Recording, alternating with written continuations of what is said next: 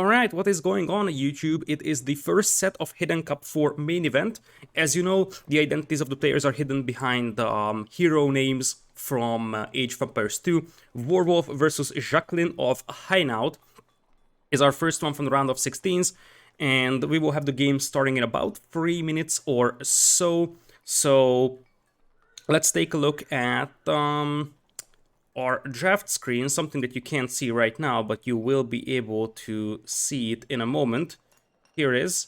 So if you actually take a look at this one, you are gonna have Warwolf picking Cross, picking Gold Rush. We'll actually be collecting information of the players, trying to guess them as much as possible. And we already have a clue, an Islands ban. Obviously, the hardest players to guess is always the ones that are losing in the first round. And the reason why is because you just don't have a lot of data on them. The other players, you will be able to see potentially more drafts, and that means that we're actually able to guess them a lot easier. But Islands Ban can always be a clue towards players that don't necessarily like that map that much. There's always a couple of them out here that could be a candidate for that one, but we have Cup, so this is not a player that actually is just going full land maps. We have Cup, Cross, Gold Rush, and Bay Band. Oops. So Cross, Cup, Gold Rush, and Slopes. Now, I did mention in my map overview video that indeed I am somewhat questioning how many new maps will be used throughout the tournament. Because I feel like we will see a couple of them being used.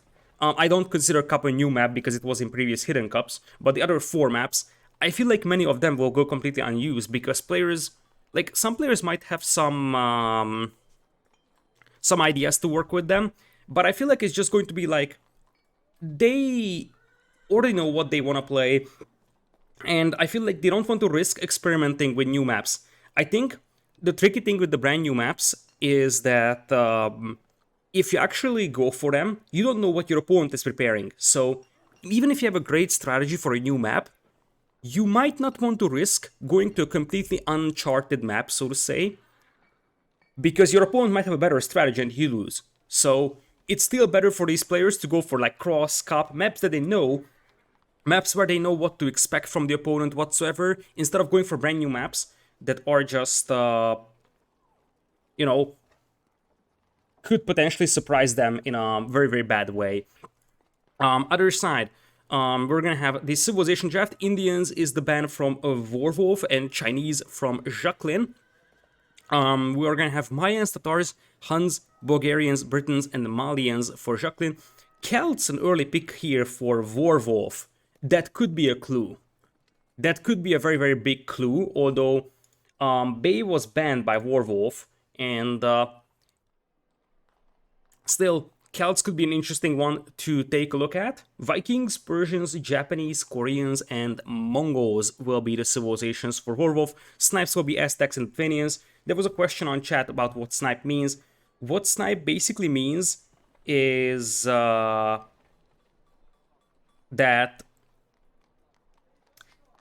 after everything has been drafted, each player selects one civilization from the opponent that the opponent won't be able to use. So after everything was drafted, Jacqueline decided to take away Lithuanians from the opponent, and Warwolf decided to get rid of Aztecs from the opponent's civilizations. I would think that we're probably going to see Mayans on Arabia.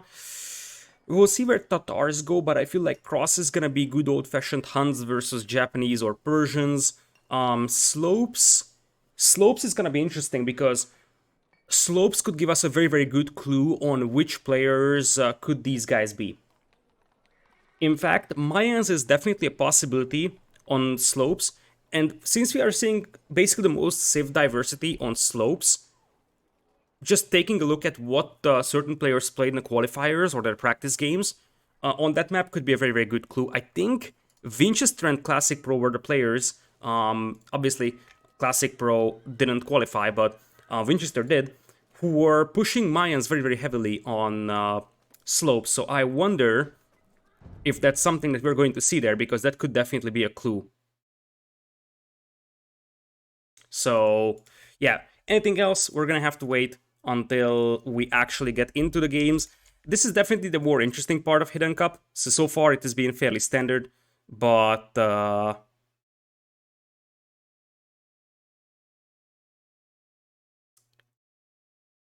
yeah, basically the idea is that you're gonna have to make a guess.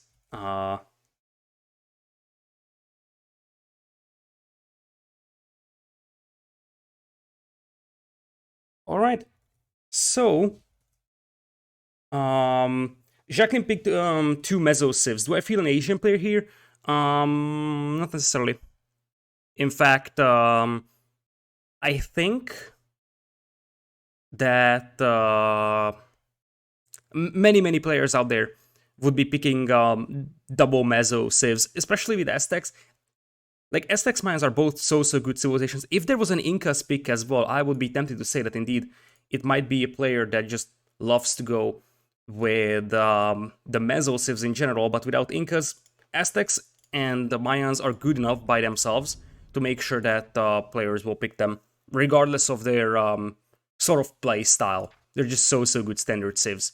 With that, we will jump into the first game over here. So, welcome to Hidden Cup 4. We'll actually be going with, I think, blue and red. New feature of Capture is that I can set the color of each player. And I think this is the best for us to play with. I would like to point out that the original color for Jacqueline was teal. So we have a blue versus teal matchup over here, but this would be very hard to distinguish, so we'll be playing with red over here. So Jacqueline will be playing Mayans on the left as red, and right side is going to be Warwolf in blue. So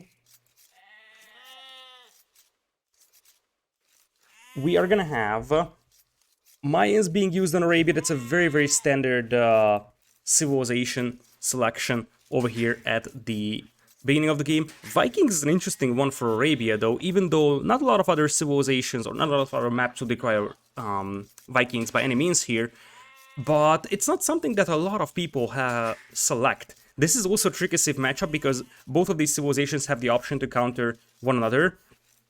And basically, I think that post-Imperial should be favoring Vikings here a little bit, but it's always a tricky one. It's always a very tricky one because Vikings will have the stronger eco and the ability to just mass archers a lot easier, whereas on the other side, in terms of archers, obviously those are much cheaper. Mayans can always switch into eagles, which could be hard for Vikings to counter. Even though technically they have long swordsmen, mobility could be a problem. I feel like if you want a really satisfactory counter to the eagles, you have to go for berserks, but that takes quite a lot of time for Vikings. Anyways, it looks like Jacqueline is actually playing very aggressive with that eagle, moving forward, hitting a scout for a single hit, and that means that no more deer push will be happening here for Warwolf.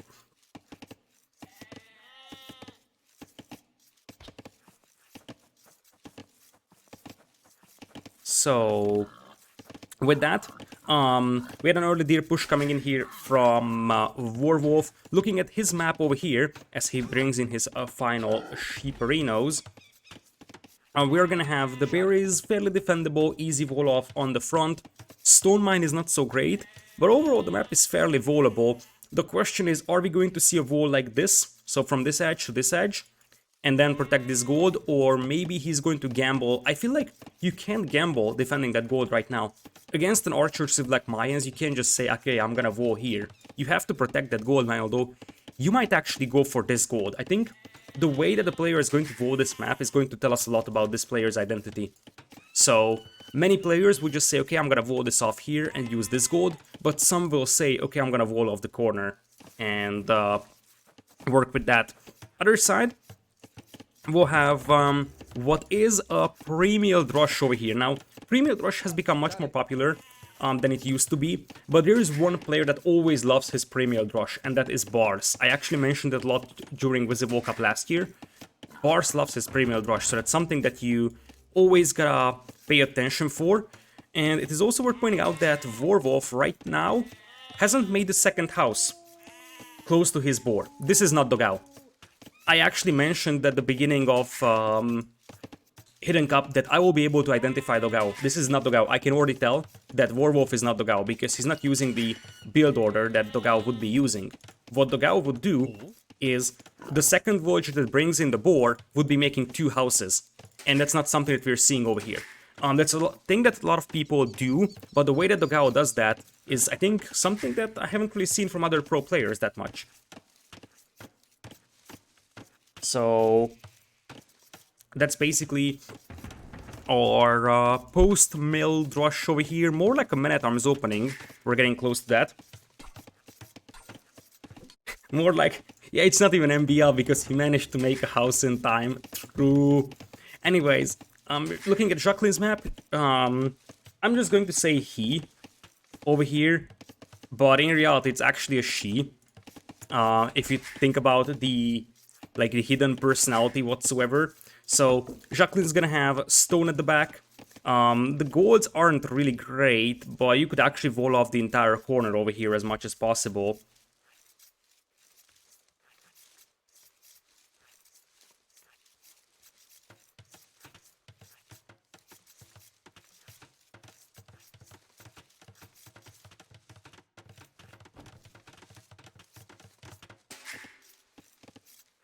So,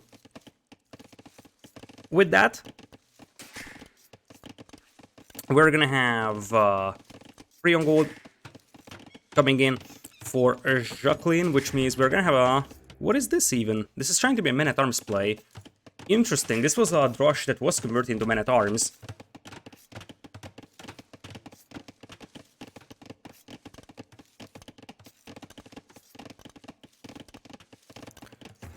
So, man-at-arms coming in here for a Warwolf, and this is definitely an interesting change of pace here for Jacqueline. Might actually even tap out on the man-at-arms play and just go straight archers, walled in the villagers on the gold mine, and with that, he's not really playing this one super aggressive, tries to come in with some walls to make sure those man-at-arms can't break into his base, and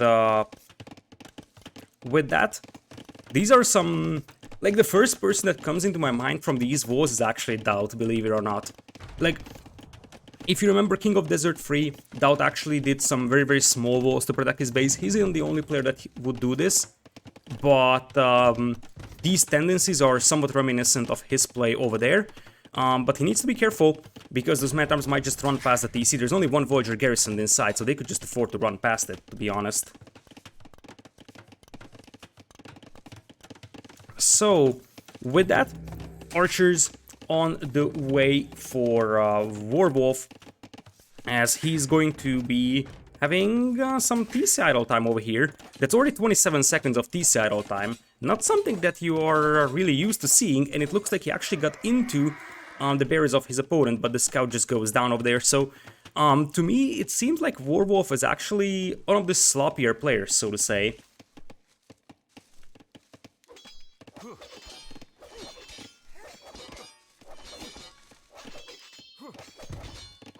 So, with that, man-at-arms trying to bash their way through the walls. They should have no trouble getting through that unless a villager comes in here to repair. And with an arch route for Jacqueline, these man-at-arms won't really be doing much, although nice unit control over there from Warwolf. Still, that 40 seconds TC idle time actually bothers me quite heavily here for Warwolf. Because at the end of the day, if you think about that, 40 seconds is already minus 1.5 villagers, so to say. As he's gonna go for an early blacksmith over here. He's playing really aggressive over here, but he's sort of sacrificing a bit of his own eco. And if you account for the fact that mine's already started 1 extra villager, basically, he already has lost his wheelbarrow advantage over here. So, from what I'm seeing in the Arabia game, we either have a not so well warmed up player, or we have someone that is not necessarily a top 5-ish player for Warwolf, because there is considerable amounts of sloppiness, so to say, in terms of the eco management, not necessarily a macro-oriented player we're talking about over here. With that, though, he still is going to have a fletching in a matter of moments. He technically should be able to afford it soon, but this is a disaster for him if he doesn't have fletching here, because his opponent is going to have fletching on that hill. For now, there is a skirm in the party, and that helps immensely when it comes to just pushing these archers back. We do have a new eagle coming in here for Jacqueline, though I like that quite a bit. Eagle and archer is always better than just, you know, standard eagle. So to say, a slow Warwolf coming in here for Warwolf, that actually means that he's a sort of confident player, he's not the panicky type of player. I would think that if you're one of the lower seeded players, let's say, and you're afraid that you're up against a tough opponent, then you will void yourself super early, because you are kind of afraid that your opponent is gonna be able to push you early on. Considering that we're not seeing this one, I feel like there is considerable amounts of confidence in our blue player as well over here. Nice fight for red, and red seems to be a fairly precise player overall. Unit control was on point. You are gonna have Jacqueline as well, now having 51 seconds of idle time on the TC. Not ideal, but at the end of the day, I feel like he actually took a very, very good engagement over here. 9 military against 5 over here only. Second range is coming in, and here's the problem.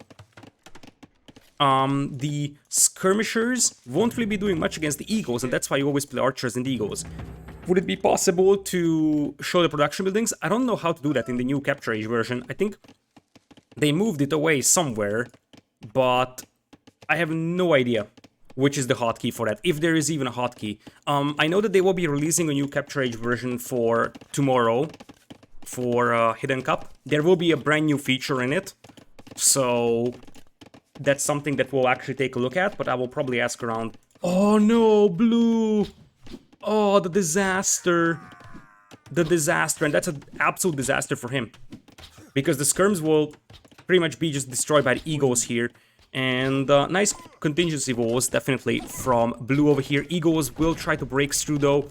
And I think that the best case scenario right now for blue is that they actually trade armies against each other. And look at this unit control from red, though. He's sending an archer to the back of that wood line, being annoying and denying that wood line. The same thing is going to happen to this wood line, or maybe even the gold mine. By the way, this gold mine is wide open as well. So I really like this move, and I'm starting to feel like red is closer to one of the higher level players. I think there might be a hole here as well. If there's a hole there as well, there's like 5 holes in blue's walls. So with that many skirmishers on the field, it's almost guaranteed that Jacqueline is going to switch into eagles. Looking at the resources, he's going up right now to castle, and we could just see double barracks eagles, but it could even be free, so that he can actually just pump out eagles after eagles. Eco is still better for blue, but obviously he has had a lot more void. Actually, he didn't really have a lot more void idle time, but still, there's so many holes on those walls. There's a hole here. There's a hole here. Well, there's no hole over there because that was fixed, but this hole is getting fixed as well. So blue has managed to stabilize, but still, it is far from ideal. Second barracks indeed coming in here for Jacqueline. Selling quite a lot of wood over here, uploading a bit too much. Looking at the upgrades, he's got wheelbarrow. He's behind by 4 villagers, but he's halfway up to Castle Age. And this is what I was talking about. This is not a good gold mine. And that's something that I would criticize all the time against an archer civ. If you roll like this, you have to use this gold mine. Or if you want to use this one, you have to be rolling like this. This also tells me that this is not a player like MBL. MBL would have rolled it all the way to the corner. So I'm really unsure who to think about right now, and I don't really want to turn this into a full speculation. Like, I don't really want to just think about, hey, it could be this guy, it could be that guy. I feel like I want to wait and then draw my conclusions a little after. With that, eagles are still feudal age eagles here, so they train quite slowly, and that means that Jacqueline is falling behind a little bit in terms of military numbers, but now that she's up, Eagle scouts will already have +3 attack over here. Even crossbow upgrade is going to happen, and oh, that's super smart from Jacqueline. Whoever Jacqueline is actually a very, very smart player. I like this. Hiding the archers, and look at that timing. Look at that timing. He's gonna wait until crossbow hits. He won't actually go for Botkin right now. That's just a 5 seconds faster move, though. He should have waited like really 3 more seconds, because you want to hit that gold mine with your crossbows, because they do a lot more damage. And without hesitancy, Warwolf is actually going to add a second barracks, and he's gonna go for longswords. Not a lot of people would do that, but against Mayans in this situation, it's probably the most straightforward way of playing this one. Look at that skirmisher being annoying, and Warwolf will now have to transition to the gold mine at the back. Now, longswords could definitely be a way to play this one, but I mean, it's not impossible for Jacqueline to mix in a couple more crossbows. If it's full longswords, Jacqueline will just switch back into either crossbows or potentially just scorpions could be working perfectly fine over here. And oh my goodness, disaster. This could be the end of the story here for Warwolf, because he's still 30 seconds away from Castle Age, and Eagle Warrior is just coming in. If Eagle Warrior hits before this army takes the fight, that's an absolute disaster, and I think Warwolf knows that as well. Oh my goodness, this could be a fast game over here. It's gonna be a cleanup, but the question is the price. Really the price here. Look at this. Oh no, it's not even a cleanup from blue. This is over. This is so over. He's off from gold. He lost all his eco advantage. Yeah, he's going for long swords, but I mean, at this point, look at his economy. And the first game didn't really work in a way that the Warwolf has imagined this. I would say that, like, obviously, it's the first game. He doesn't really want to tap out early on, and he wants to go for, like, at least the longsword upgrade. But at this point, he does have 2 men-at-arms on the field. That's what he's getting longswordmen for. These are 2 longswords that he's having. Those are Viking longswords, so they're actually pretty nice. But it's only... well, they have 69 HP, so it's super nice, in fact. But no attack upgrades, no crossbow over here, and these guys already have, I think... yeah, +2 defense, no attack upgrades is a little bit problematic, but not something that Jacqueline actually has to worry about a lot. And look at that crossbow denying the gold mine. And even though, like, at the beginning it seemed like this is a fairly even game, the second half of the game was just an absolute stomp from Jacqueline. All those hoes. If I could summarize this game in one way, it is basically hoes, hoes, hoes. Because the amount of hoes that Warwolf actually suffered from, so when these units actually run in here, over here, it was just way too much for him to handle. And now the Eagles will run past. If they hit this gold mine, that's like Omega GG. Like, at this point, Warwolf is trying to tech into longswordsmen, but it's just going to be a flood of Eagles. Now we have an 11 Vultures lead, and even if this DC goes up, I feel like that's going to be too late.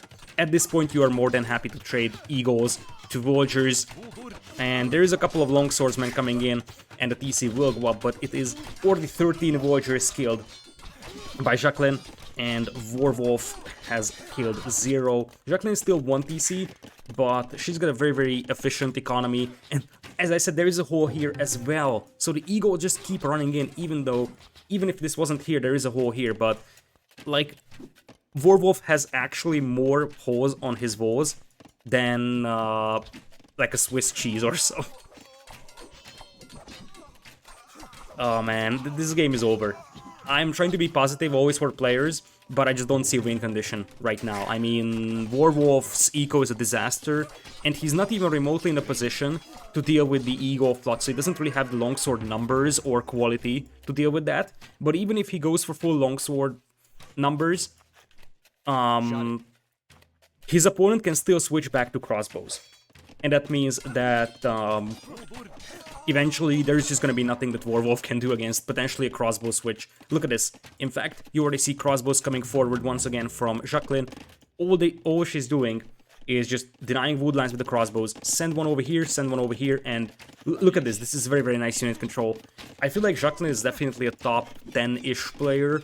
From the unit control he's having, has a very, very nice map understanding. Goes for somewhat safer play of adding a second TC before coming forward, so he's not a super aggro player. It's more like a, okay, I have the advantage, let's start building on that. And we'll just continue from that point. So, next up is indeed taking down the ranges. That's actually a very, very smart thing to do from Jacqueline, because once you take down the ranges, you can actually go for a second range indeed for Jacqueline. Up against longswords, that's the right thing to do. Here comes the first mangonel. If you actually land one big shot on those longswords like that, then that should be enough. This is actually a bad fight for Jacqueline, but I feel like it's the type of fight that you have enough advantage to afford such a fight. And all you need to do is just make sure that those ranges go down, because once that happens, you can just go for full crossbow switch back, and be fine with it. In fact, you can keep adding eagles to your crossbows so that they can snipe down siege weapons, but I feel like the ranges will go down, and we're really just waiting for blue to tap out. Blue doesn't really want to give up on this easily, but I mean, look at the unit control from red.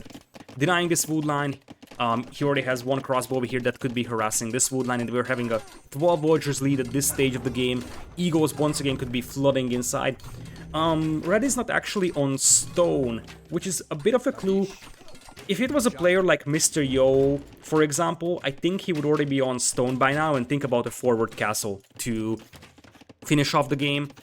Instead, what we have for Jacqueline is a player that focuses most on military and just building up the advantage. It's a patient player, not a super aggro one. Really, I have some doubt vibes over here, to be honest, especially with those crossbows getting mangoed down over there. But in terms of playstyle, this is actually very reminiscent of what doubt would do. Not something super aggro, it's more like knows that he has the advantage and will actually build on that. Crossbows are missing ballistics right now, but it's just now coming in. Could Warwolf be Winchester? It actually crossed my mind, yes. Winchester is definitely on the table for Warwolf. Obviously, as I said, I don't think that we should draw any conclusions from just a single game. Even a single set is sometimes insufficient to draw conclusions from, especially after seeing all the games. Like, my experience with Hidden Cup 3 was that after the first 4 sets, I pretty much knew who I thought the players were for the first 4 sets, and then next day came, and I actually got completely confused. So I feel like drawing conclusions at this point isn't necessarily something that we should do. With that being said, it looks like Warwolf will be able to go for the full longsword play. The problem is that now, if you take a look at Jacqueline, she's just far, far ahead. Like, at this point, she could just stop making eagles like she's doing right now, and just go into Imperial. She already has the buildings for it, goes for University, and Monastery will be coming in as well. Look at that once again. 2 crossbows sneaking past here, outposting the gold mines. Whoever Red is, he's got a very, very good map understanding, map vision whatsoever. So this is actually really, really nicely done. The map awareness is extremely good here from our red player. And it's 3 TCs, 88 villagers. This game was over like 20 minutes ago, but I feel like one decisive fight here should be able to end it. The Mangonel is actually... Oh, the Mangonel is so mispositioned. The Mangonel is so mispositioned, and that is going to result in the Mangonel being picked off. And now the crossbows, even though... Actually, they do have Botkin, so this is definitely an easy fight, I would say. For Jacqueline, could snipe down the Scorpion, but she decides not to. Okay, sends back the Eagles. Wasn't an ideal fight because a lot of Eagles went down, but I mean, at this stage is definitely something that you can afford. And ultimately, you will just be switching back into Plume Dodgers if we even see that. You see that now there is already a full crossbow play here, as his opponent is just now going for full longswords. But I mean, Eagles can once again run in and take a couple of villagers on the farms. It is a 13 villagers lead still. But Jacqueline is going into Imperial, and I feel like this is at latest going to be an Imp GG. I just don't see this one happening in Castle Age for Warwolf. And Vikings are strong, but not this strong to overcome such a push. Also, Mayans are sort of a counter to Vikings, as I said before, post-Imperial, because the Eagle switch is easier for the Mayans than it is to react to it with the Vikings. So Jacqueline might be thinking about, if you're Jacqueline, you don't really have the map control right now to drop a castle here.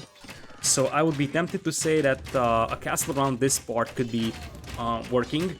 Because you have this hill with the crossbows, there's Mangonel support, you could drop a castle somewhere around over here.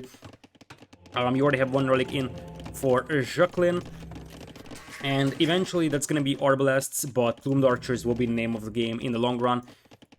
So, as I said, I feel like this game is gonna be over when Jacqueline reaches Imperial, so that means 30 seconds. You will probably be teching into Rams eventually. And look at that, even a sneaky range here from Jacqueline.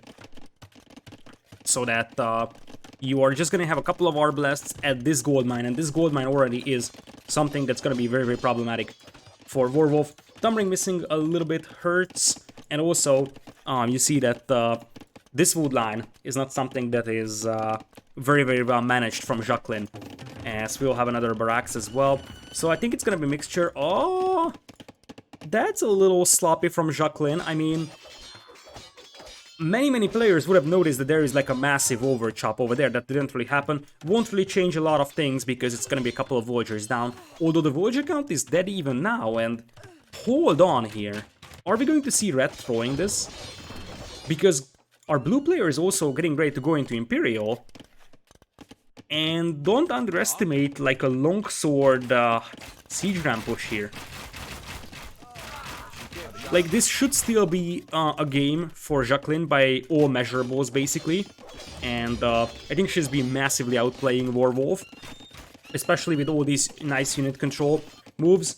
But on the other hand, I feel like the final couple of minutes wasn't perfect from Jacqueline, and we're gonna have elite skirms coming in. As I said, post-Imperial, I'm starting to like Vikings a lot more than I like Mayans. So once you have Berserks, it could be working very, very nicely. But I think if this castle goes up, it's fine. Although the villagers will be running into the longswords. And that's definitely far from ideal. Orbs will actually prevent that one from happening, so it's still fine for Jacqueline. Also brings in quite a lot of villagers to get this castle up guaranteed. Free TC is still for him. Free TC is now up for Warwolf, so I am happy to say that Warwolf actually was able to rebound quite nicely into this one.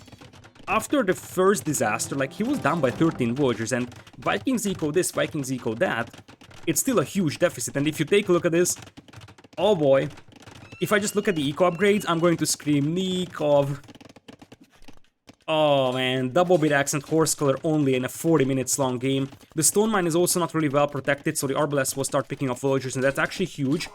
Because your best answer to the eagles is berserks, but without castles you won't have berserks. Without castles you won't even have trebs. And that is going to be like, the eagles are trying to bash their way through the walls. Elite eagle is also in for Jacqueline, although it looks like we're not going to have a full switch into eagles upon seeing all those ranges, because it's going to be elite skirm play indeed, and Eldorado eagles would actually smash everything here. I think the main thing for Eldorado eagles here would be mobility. So swordsmen won't be able to catch up to the Eldorado eagles, and indeed triple Gs even for Warwolf. And we're gonna have Jacqueline taking a fairly confident win in game number 1. Hard to say really who these players were up just from this one. I know it's not Dogao for either of these. Like, I would think that Warwolf isn't necessarily a top 8 player, whereas Jacqueline is one of the more patient players, a little bit reminiscent of Doubt or Taro, or maybe even Jordan. Nothing fancy, but a very, very consistent play, and smart, builds on the advantage, not something super aggro. So with that, Jacqueline takes game number 1, and I'm going to show you the brand new Capture Age feature of the statistics. So you see, eco-wise, massive advantage for Jacqueline, no surprise about that. KD, also, I'm not sure what this is, I think it's actually the KD itself. So, 133 kills, 96 deaths. Only 1 buildings were, actually no. What is this buildings column? I think it's building kill death ratio, but doesn't really make a lot of sense. So, still much better army overall for Jacqueline. But really, I think the villager kill count is what is really showing the most important part. Alright, we're going back to the lobby over here, adding a score to Jacqueline. And that means that we're actually going into the first home map of Warwolf, which is Cross or Gold Rush. So we have Vikings gone, and we have Mayans gone over here. Mayans winning the first one over here, and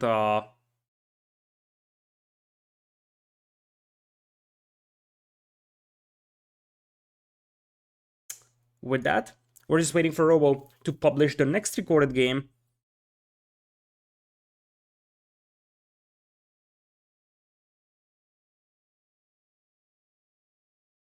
So, spoiler alert, I'm going to show off who are in the main event of Hidden Cup. So in case you, for whatever reason, haven't seen the qualifier still, this might be spoilers, but I'm just going to show who you can choose from for each player. Here it is. We're gonna have Daud, MBL, Dogao, Yo, Hera, Tato, Leary, Viper, Jordan, Vivi, Bars, Winchester, Back TV less ACCM, Nikov as the possible players to choose from. I would say that my money right now for Jacqueline could be Daud, could be Tato, maybe Vilas. I don't think it's Vivi. Vivi would be a lot more aggro. Same thing for Winchester. Other side, maybe Bacti could be a reasonable candidate. I don't think it's Bars. I don't think either of these players is Bars, though. I feel like Bars would have actually voted more at the beginning of the game, to be honest. My money is more like something on like Bacti, for example. For Warwolf. With that, let's see if Robo is giving us recorded game number 2. Indeed, that is the case. So we will be jumping into game number 2 here. Warwolf versus Jacqueline of Hainaut. So we're going into cross. Once again, Jacqueline is playing teal.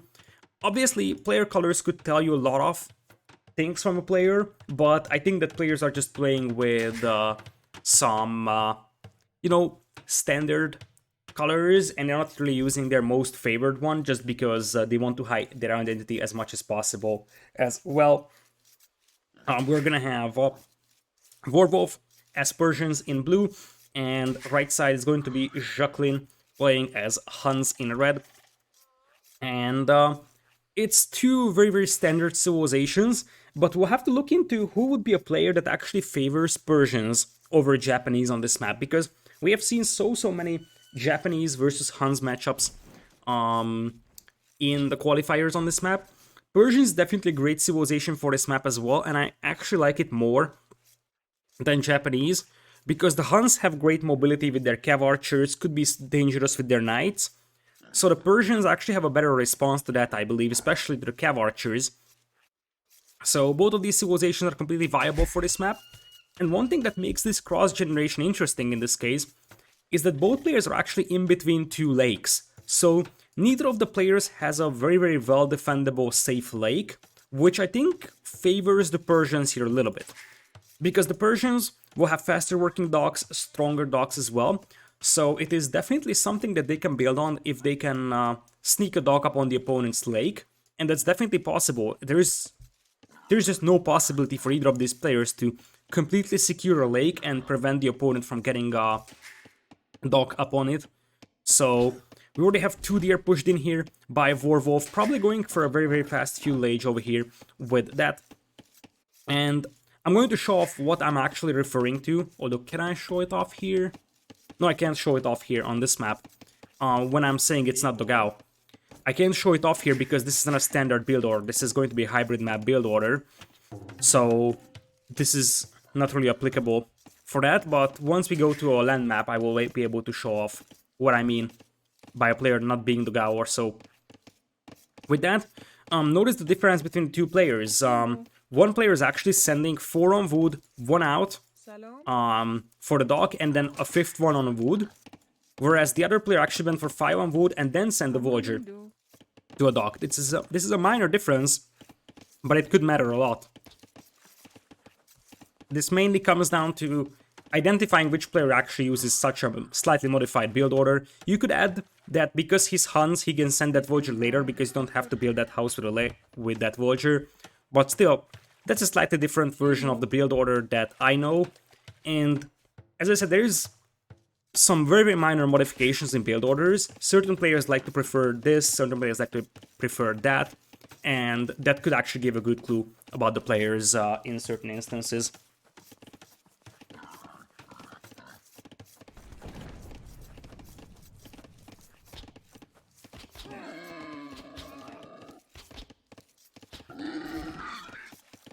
With that, second war is in for Warwolf.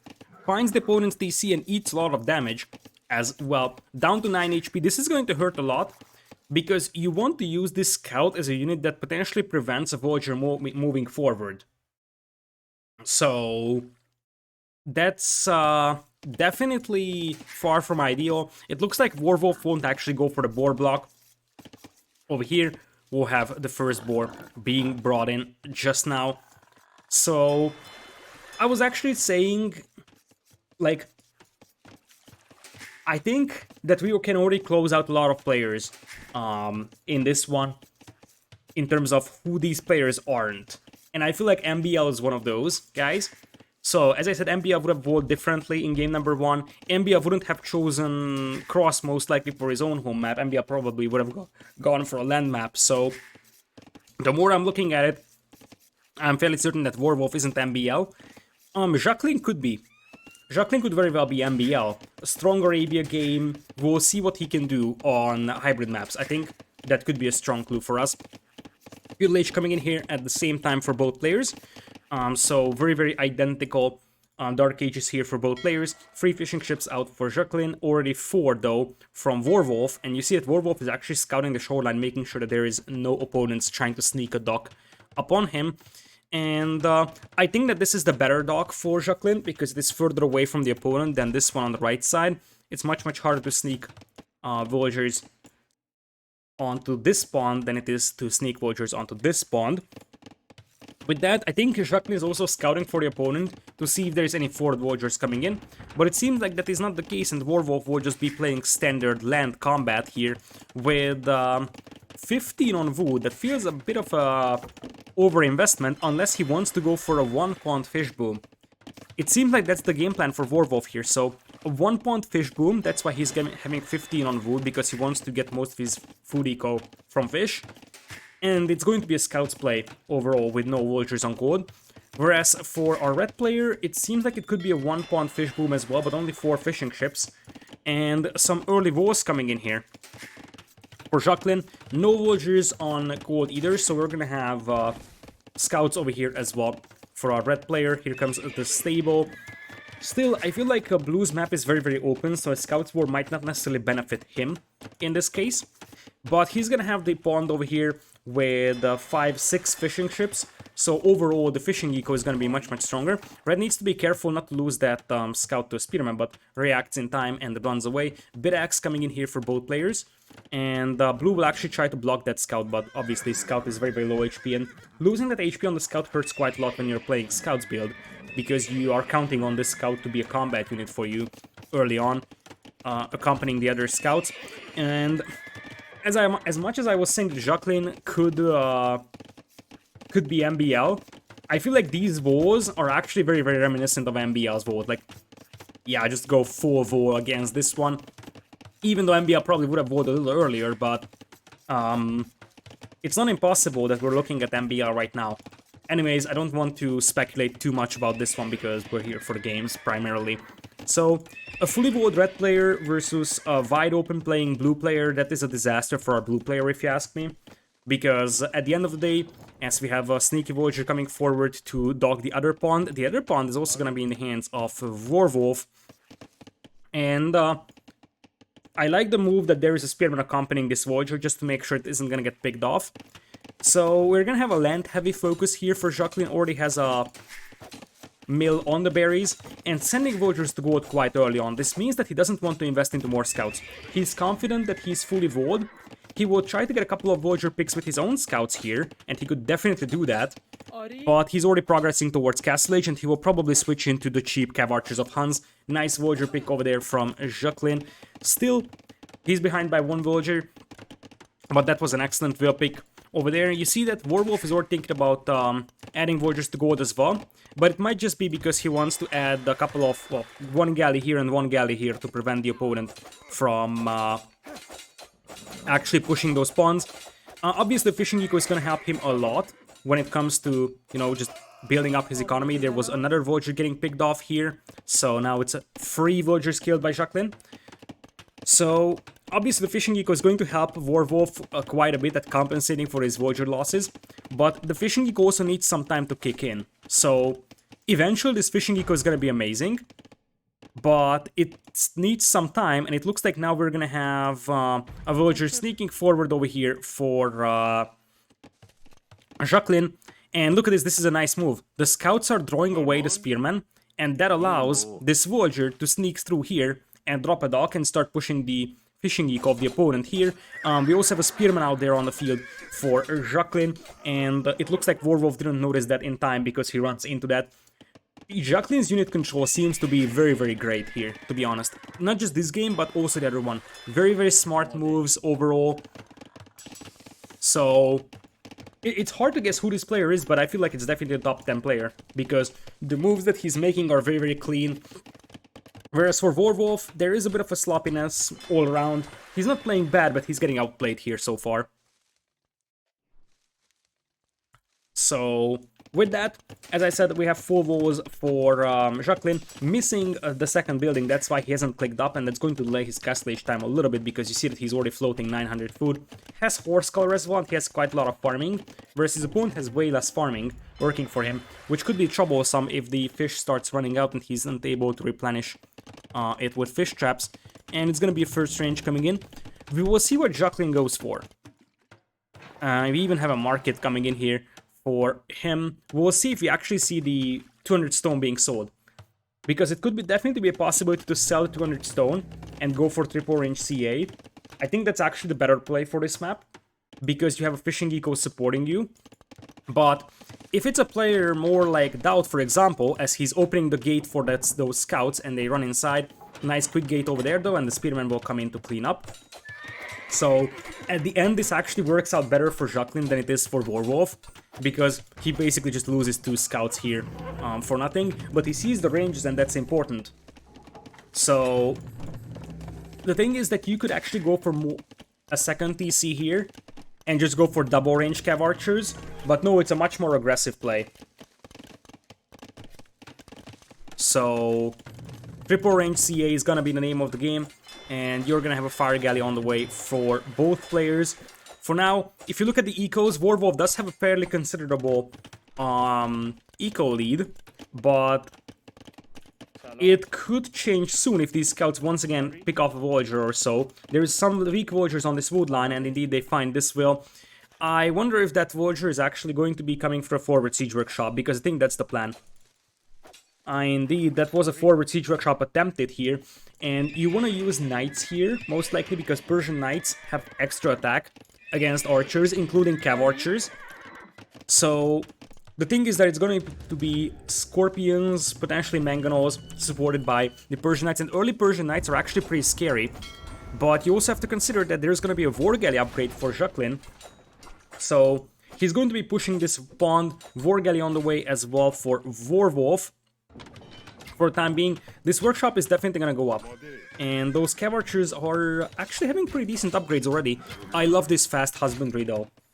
I love this fast husbandry, because oftentimes players are not doing that, and to me this might be a small thing, but this player knows how to play cav archers well. Many players would delay that husbandry quite a lot, and you could say, oh yeah, all players know how to play CA. That isn't necessarily completely true. So prioritizing husbandry like that means that this is definitely a player that is used to playing cav archers. I'm not saying it's Doubt, because Doubt definitely is a player that played a lot of cav archers in Red Bull, but it's definitely a player that has played quite a lot of cav archers in the past, and he really knows how to play this one here. It's not just like, okay, I know that I have to play cav archers, but I don't really know how. And yeah, you could say that all of these are pro players, so they all know how to do it, but small things like, for example, prioritizing husbandry could actually be a huge factor in the highest level of competition. Also mixes in a couple of knights. I like that decision, because those knights will be able to pick off the siege weapons, but there's not even a single siege weapon coming in here, and oh boy, that's a disaster. How did those scouts even get in? I think they might have just run past here or something, but that's another villager killed, and those are bloodline scouts, so it is going to be 2 more villagers going down, and the third one won't die here, but eventually I could see Jacqueline trying to push this pond even more.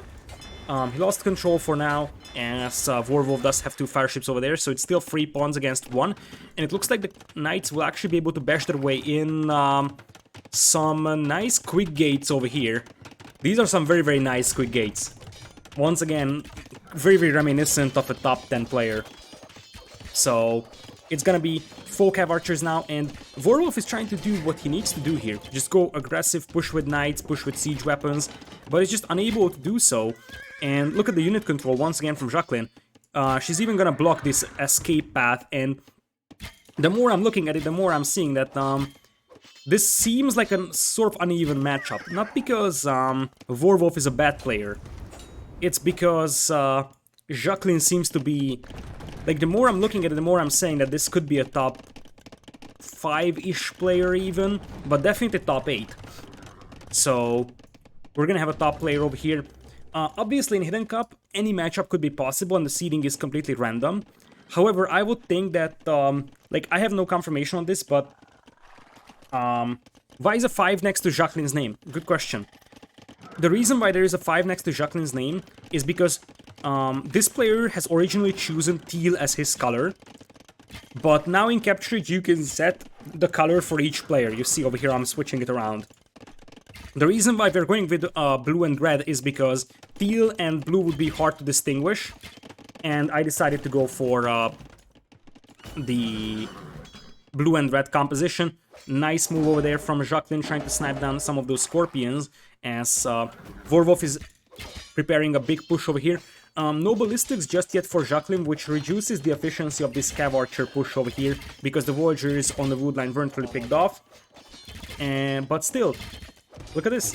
They're actually very, very close to bashing their way into the opponent's base. Warwolf does have a huge eco lead, though, something that we haven't talked about. Warwolf was on free TCs with Persians, which also work faster. He has free pawns, whereas Jacqueline is lower on eco now. You still have to consider that it's Huns, Cav Archers, so you don't need an amazing eco to sustain that. And this is a dangerous move from Warwolf. That many Cav Archers could potentially get trapped in there, because indeed, here comes the re-rolling attempt from Warwolf. Nice move once again from Jacqueline. Knows that there is going to be a re-rolling attempt, tries to pick up the Voyager, but no ballistics. And this is the first really bad decision from Jacqueline, to dive in with the Cav Archers like that. Still, as I said, without ballistics. Oh, that's nice. He used the Knight. Once again, what is this? Jacqueline is playing so well here. He used the Cav Archers to drag away the camels from this position to here, and used the remaining Knights to take down the house, and when the house was down, he ran back and ran away. He didn't lose a single Cav Archer over here, I believe. Part of that comes from the fact that he's got Husbandry.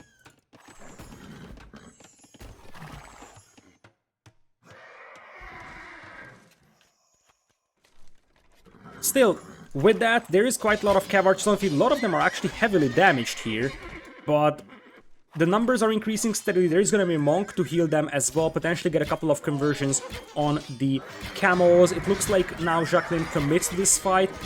There is +2 defense for Warwolf's units over here. The Monk gets picked off, but this is a cleanup if you ask me. If you look at the miniature numbers, they are actually evening out, and Knights were actually trying to dive in on the siege weapons. But here's the deal. Now that all the camels and Knights are gone, or at least the majority of them, a single Knight could do so much damage to those siege weapons.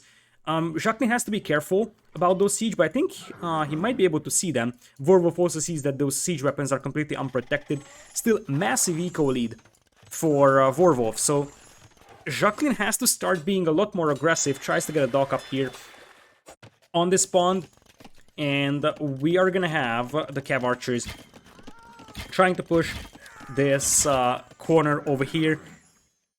The more I'm thinking about this, the more I'm having MBL vibes, to be honest. For Jacqueline. Because if you think about that, like, my two top candidates for Jacqueline, even though this is a very early stage of the tournament, and we haven't seen a lot of players playing, in fact, these are the first two players we're seeing, is Doubt and MBL. But Doubt wouldn't have gone for a single pawn play. Doubt would have contested more pawns. So I feel like, if it's between the two, I'm leaning towards MBL a little bit. But obviously there is a lot to come still. So it's too early to make a decision just yet.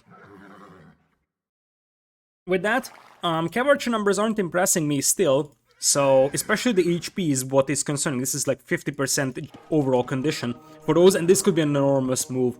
This could be an enormous move from Warwolf. He needs one good ground attack, and he gets some. Oh my goodness. Oh my goodness, that was a disaster for Jacqueline. He still has quite a lot of Cav Archers on the field, but I feel like when you have a a 1 TC, sort of. Now it's 2 TCs, but it used to be 1 TC, triple range cav archer play with Huns. You have to be able to be a lot more aggressive. Otherwise, you're just gonna get overrun by superior amounts of units, and that's what we're starting to see right now. Stable, slowly going down. Cav archers are still here in reasonable numbers, but I feel like you have to be aggressive with those CA. You have to be able to pick off villagers left and right with the mobility of the CA. Otherwise, the opponent's massive eco lead, which is now 40 villager deficit, is just going to snowball into a GG. If you look at the resources, Warwolf is actually very, very close to going into Imperial, and that is the reason why I said that I think that Persian is a better civilization against Huns on this map. Huns was the predictable choice overall for Jacqueline on this map, so it's no surprise that he went for that. But I feel like Persian is just a much, much better decision here compared to Japanese. Japanese wouldn't have the mobility to deal with this one. The Persian Knights being tanky, Persian Knights being able to do extra damage to archers helps an awful lot here, and the Warwolf evens things out here. So I still think that Jacqueline's a better player, but you see that Warwolf has played this map better. I think the key was mainly contesting more pawns. Red decided that he wants to play a single pawn, never really got the chance to pick off villagers with his cav archers though. So yeah, the cav archer needs to be really using their mobility to pick off things. He was trying to use the cav archers the way that they were intended to, but he didn't really have the eco to back it up, and he wasn't able to do a lot of damage early on. Like with the cav archers, you have to do a lot of damage early on if your opponent is playing on 4 TCs. Otherwise, we'll just get simply outboomed. And with that, we have an even set over here. So I'm going to start taking some notes here. So let's write down. Jacqueline went for Mayans on Arabia. Huns on Cross. Only contests one pond. Whereas for Warwolf is a little bit sloppier macro. Went for Vikings on Arabia, which could be a good clue for us. But overall, played Cross relatively well. So with that, we will probably jump into game number 3 in a matter of moments. And yeah, let's take a look at the draft real quick over here. So we will take a look at one of the first home map of Jacqueline, which is going to be Cup or Slopes. We will have Persians gone, and I feel like now is the interesting part. If it's Slopes, we really have to check what civilizations the players are going for, because I feel like the Civ selection on Slopes tells a lot about the player's identity. For example, if Slopes is a Britain's pick here, I'm tempted to lean towards a Gamer Legion member, because that's something that I think they used to do a lot, both in the qualifiers for players that had to play in the qualifiers, but also just general. If you think back to Red Bull, how they played Habub, for example, with Britons. If it's Bulgarians, though, it's hard to say. Bulgarians could be the other idea. For Slopes, for Cup, I think interesting is the fact that we haven't seen Vikings on Cup. Cup used to be a Vikings map, but we're probably going to see Celts for Warwolf on Cup. And if it's Celts, it could be anyone. But in Hidden Cup 3, GL and Suomi had some very, very good strategies for Cup with Celts.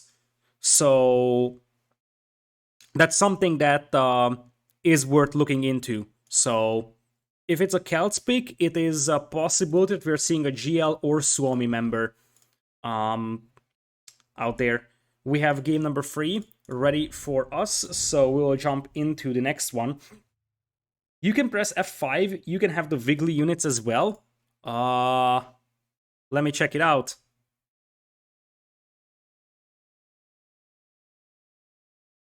What Wiggly units you're talking about? I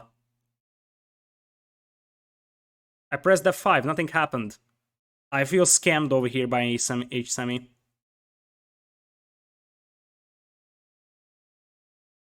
Third option, top right. Oh, look at this! Look at this beauty! This was used in 2v2 World Cup, but it looks like now it was implemented here as well. That actually is great. Look at this. It's so beautiful. It's majestic.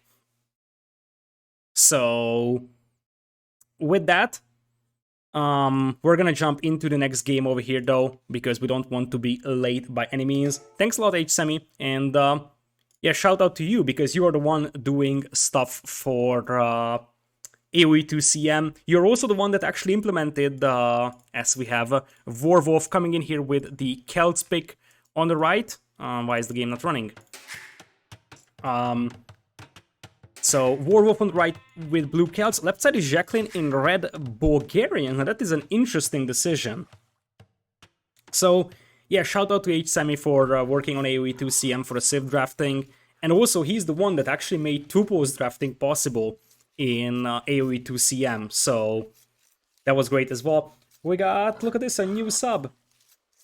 YOLO Kiestrix, thank you so much for a new sub. For the Prime, I appreciate it a lot. Welcome. Thank you so much for the support. So, we're on Cup. This wasn't used in the qualifiers, but this is a long time Hidden Cup map ever since I've been casting Hidden Cup, which basically means Hidden Cup 2, 3, 4. This was always in the map pool. Interesting is the fact that now we have a deep fish over here on the pond that doesn't have its own little water area. So this is actually an amphibious area. Both ships and land units can walk on it. But I feel like in previous Cup scripts, the fish was always in these little ponds, which meant that the fishing ships could gather without actually being attacked, and the only way you could attack a fishing ship is when it was going back to the dock or coming back to the fish from the dock. But now that there is a drop like this means that a Drosh could do quite a lot of damage to the fishing eco, and there is many ways you can approach this map. I feel like, from my experience, going for docks seem to pay off because you do have a nice little extra fishing advantage over here. But one thing that Suomi players, I think Vilas and Max last year, and I think Daut and Taro did a lot in Hidden Cup 3, was go for a Celtic Drush. And what they did is that because the Celts had the faster moving militias, they were able to chase down the fishing ships very easily in Dark Age. Now, since the Celtic Drush was nerfed, they no longer get their speed bonus in Dark Age. A Man-at-Arms opening is much more viable, and we have seen one player doing that in the qualifiers. I don't remember who it was, but I think it might have been... It could have been Vilas, right? I'll have to check, but it could have been Vilas, I believe, who did that.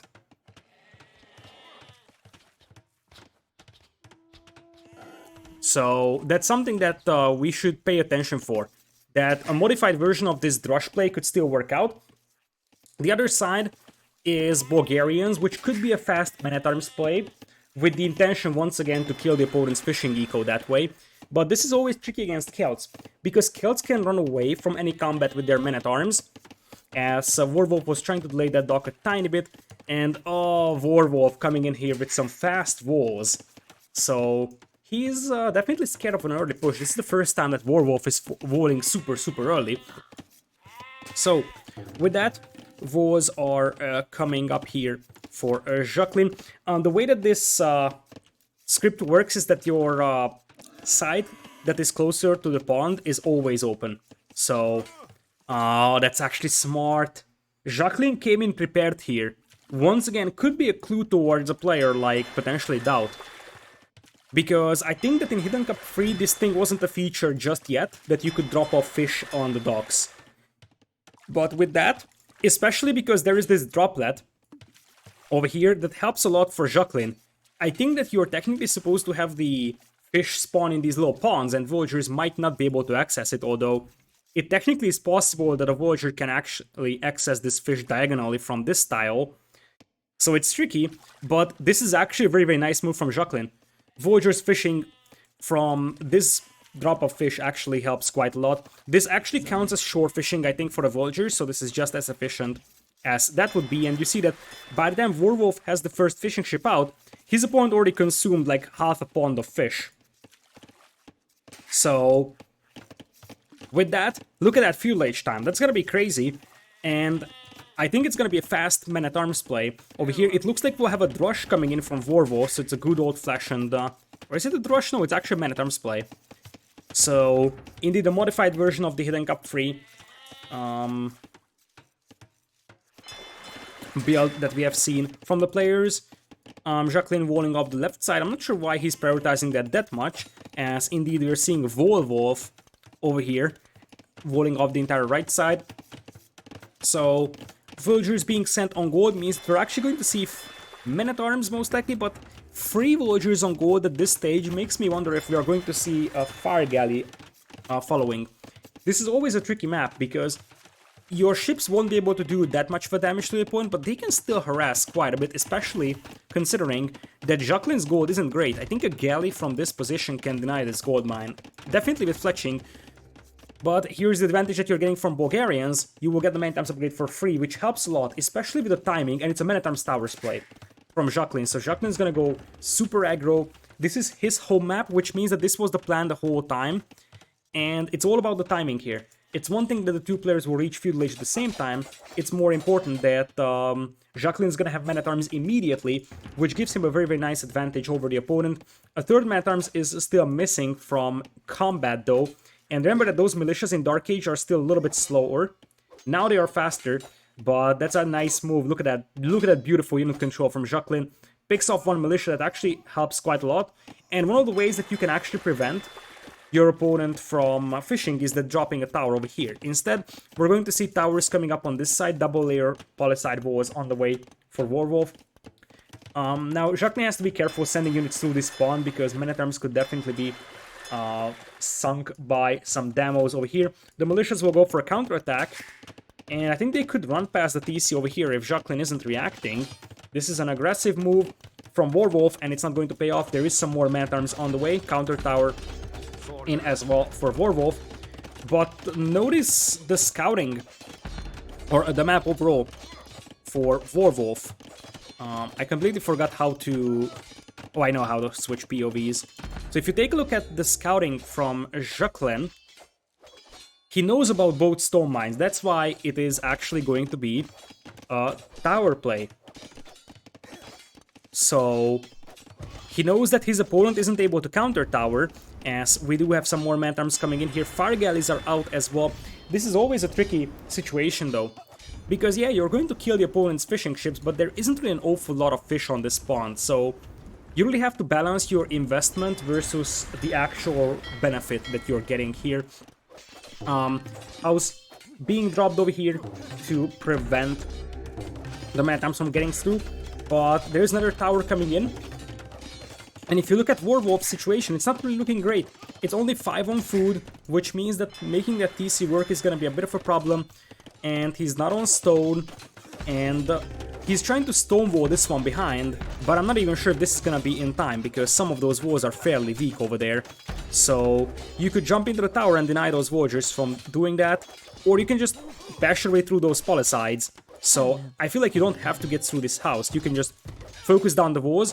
What you would do now is use this tower to focus down this wall behind.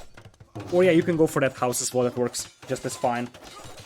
What's the red dot in the north? It's a sheep that was lamed, not something that's super important. Nice move from Jacqueline to snipe down the fishing ships. Warwolf is too busy not dying here, so he isn't able to recognize that, hey, my fishing ships have been killed by a fire galley. And if you look at the eco for Jacqueline, 29 versus 27, I'm trying to get through here, but they won't really be successful. Nice revos once again from Warwolf. I'm not sure why Jacqueline is not bashing his way through here. It would be a lot easier. It's actually very, very weak stone wall though, or even there is an opening. And now it's a huge problem, I would say, for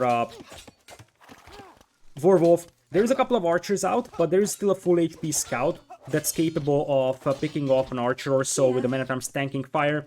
And are those villagers not having loom? They do, but they died so fast. And now, one of the things that you can do on this map is food eco denial. That's exactly what we're gonna have here. That tower ranging the berries will mean, oh boy, that's actually a bad move. That's a bad move from Jacqueline. And indeed, he seems like he's gonna get trapped in here now that the archer numbers are increasing. And oh boy, Warwolf has lost quite a lot of villagers here, but he might be able to punish his opponent for this aggression. At the end of the day, it's just gonna be even villager count, but I feel like the situation has become much better now for Warwolf with that trap. And that would mean that there is 4 villagers going down, and as good as this looked like for Jacqueline, it no longer is. And look at this.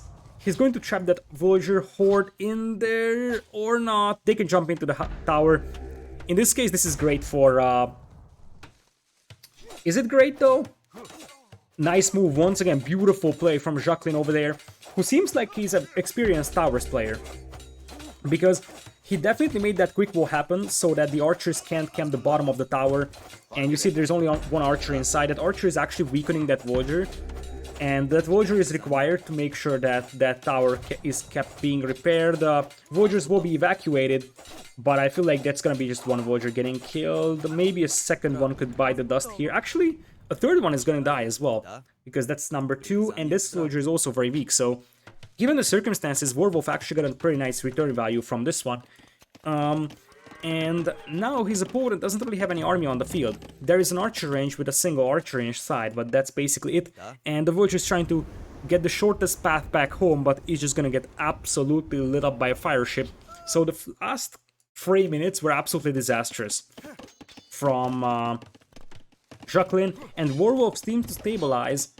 Ecos are now looking fairly comparable. There's a couple of archers here, but I feel like at this very moment, Warwolf can just bring in 2 archers and prevent those units from getting through.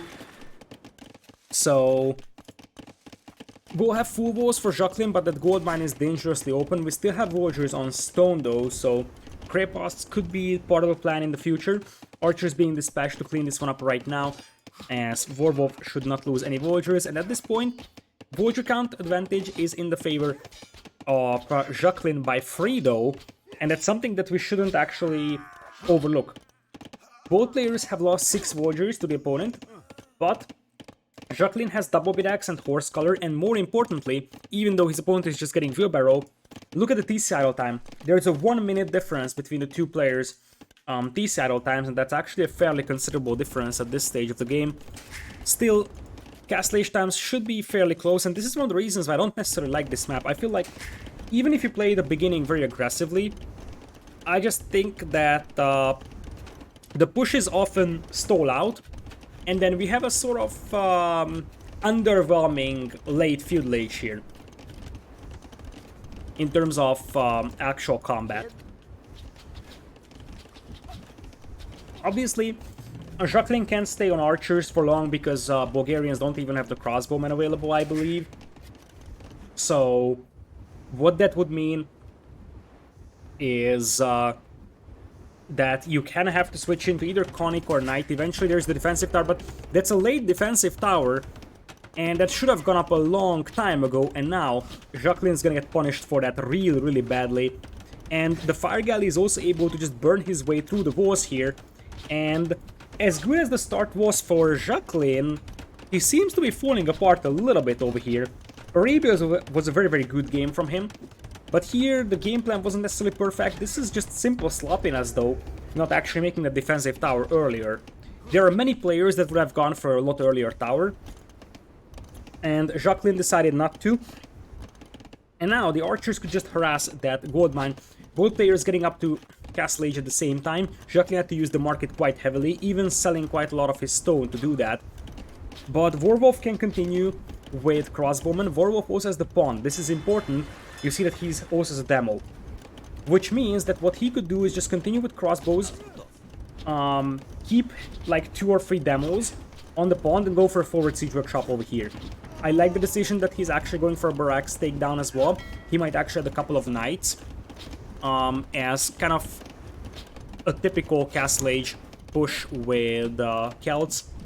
But the idea is that as long as you have this pond over here and you have some demos, your opponent can just go for knights to clean up your archers. Nice move from Warwolf, and as I said at the beginning of the first game, I felt like Warwolf is either not a top 10 player or someone who hasn't warmed up well. And I feel like now this player is actually warmed up a lot better, and you see that he's actually doing some very nice things. There is some sloppiness at the macro, But overall, the game plan seems to be slightly better than his opponent's game plan. Here comes a galley. A couple of war galleys could be helpful as well. Denying that gold mine. There is no gold at the back for Jacqueline, by the way. This is the other gold that he could take, or maybe this one, but all of these are obviously very, very exposed. And because of that, Jacqueline is going to decide that he wants to TC the middle here on that gold mine. Now, if that TC goes up, that's going to be a very, very good TC. And Bulgarians even have cheaper stone cost on the TCs, or this will be a Krepos drop. That's the alternative. With that stone count, that could definitely be a Krepos drop somewhere around over here to open up a completely new front line. But here comes a stable for Knight and Crossbowman Botkin coming in as well. No Forward Vulture just yet from Warwolf, though, playing this one rather safe. What even is this from Jacqueline? This is going to be a Krepos drop with Elite Skirms, that's for sure. And he nicely avoided Warwolf's units over here on this spawn. And here comes the Krepos. Now, you have to ask the question, though, does it actually do an awful lot of damage? I feel like if you are Warwolf right now, you have to stonewall behind this one. Siege Workshop comes in here to defend. I think a Monastery would be a little bit nicer, because there is going to be Conics coming for you here. And you see that Warwolf loses that stone mine, so he's going to move to the other stone mine over here, because he wants to get stone access. Eventually, a defensive castle would stop any kind of aggression with a Krepos, but you need stone for that first. Knights are out against the Elite Skirms, but there's gonna be a couple of Conics, so I am unsure why Jacqueline is just making Scorpions, because it's gonna be Conic Elite Skirm and pretty much just a Krepos Thrush. Like, it seems like Jacqueline will just add Conics and then keep adding Krepos over here with the amount of villagers he has on stone. Crossbows unable to break into the base of Jacqueline over here, as the Knights will be burned alive. And I'm starting to feel like, once again, momentum starts to shift into the favor of Jacqueline, because Warwolf seems like he's unable to react to this Krepos aggression. If a defensive castle goes up here, that's perfectly fine, but, I mean, he seemed completely unprepared for the Conics, but that was something that he could completely predict, because there was a Krepos in his face. Elite Skirms now coming in here as well, and the Warwolf, even though he has the score lead by a massive margin, I feel like he's in trouble. He's got a 7 villagers lead currently, but I think that Knight is gonna go down to the skirmishers, although a couple of skirms might die. Or you can just bring that Knight into the pond and have the fire ship kill that. And I think the biggest thing here is that if you are Jacqueline right now, you're actually gonna go for a castle drop here. You could already drop a second Krepos, but I think if you drop a castle here, that's not something that Warwolf can potentially stop, although there is a couple of Scorpions now out on the field. But you could gamble on a castle like that if you're Jacqueline, and that would be a big gamble, but it would actually have a nice return value if that castle goes up. Would be a super aggressive play, and that would go against the tendencies of Jacqueline in the first game. Like in the first game, Jacqueline was a lot more passive as a player, not going for the risky castle position. And let's see if he's going to drop a castle here. He's got the stone for it now, so that could definitely be a possibility, and it would cut off his opponent from this gold mine. So it's definitely something legitimate. No, instead it's another Krepos. It's a defensive Krepos. This time, once again playing this one a little safer. There's a stable coming in here for potentially just bloodlines for now, because I think with 2 Krepos you would just go full Conic.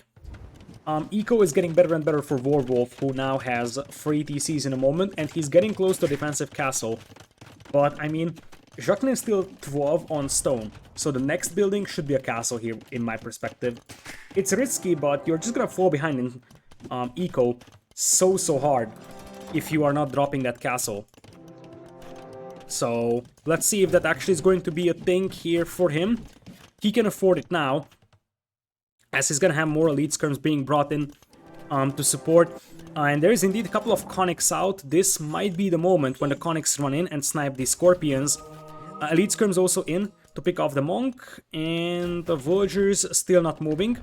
700 stone already in the bank for Jacqueline. Quite a lot of idle eco as well.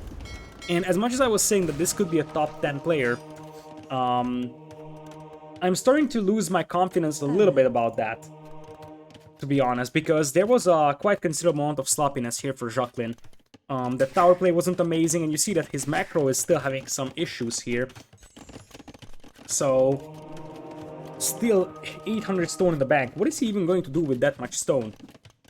Like, he has to make a decision pretty soon. A knight runs into his base over here as TC number 2 and 3 come up just now as well for Jacqueline. But there is a defensive castle for Warwolf. He will just castle drop this one down. So I feel like this aggression is done for Jacqueline.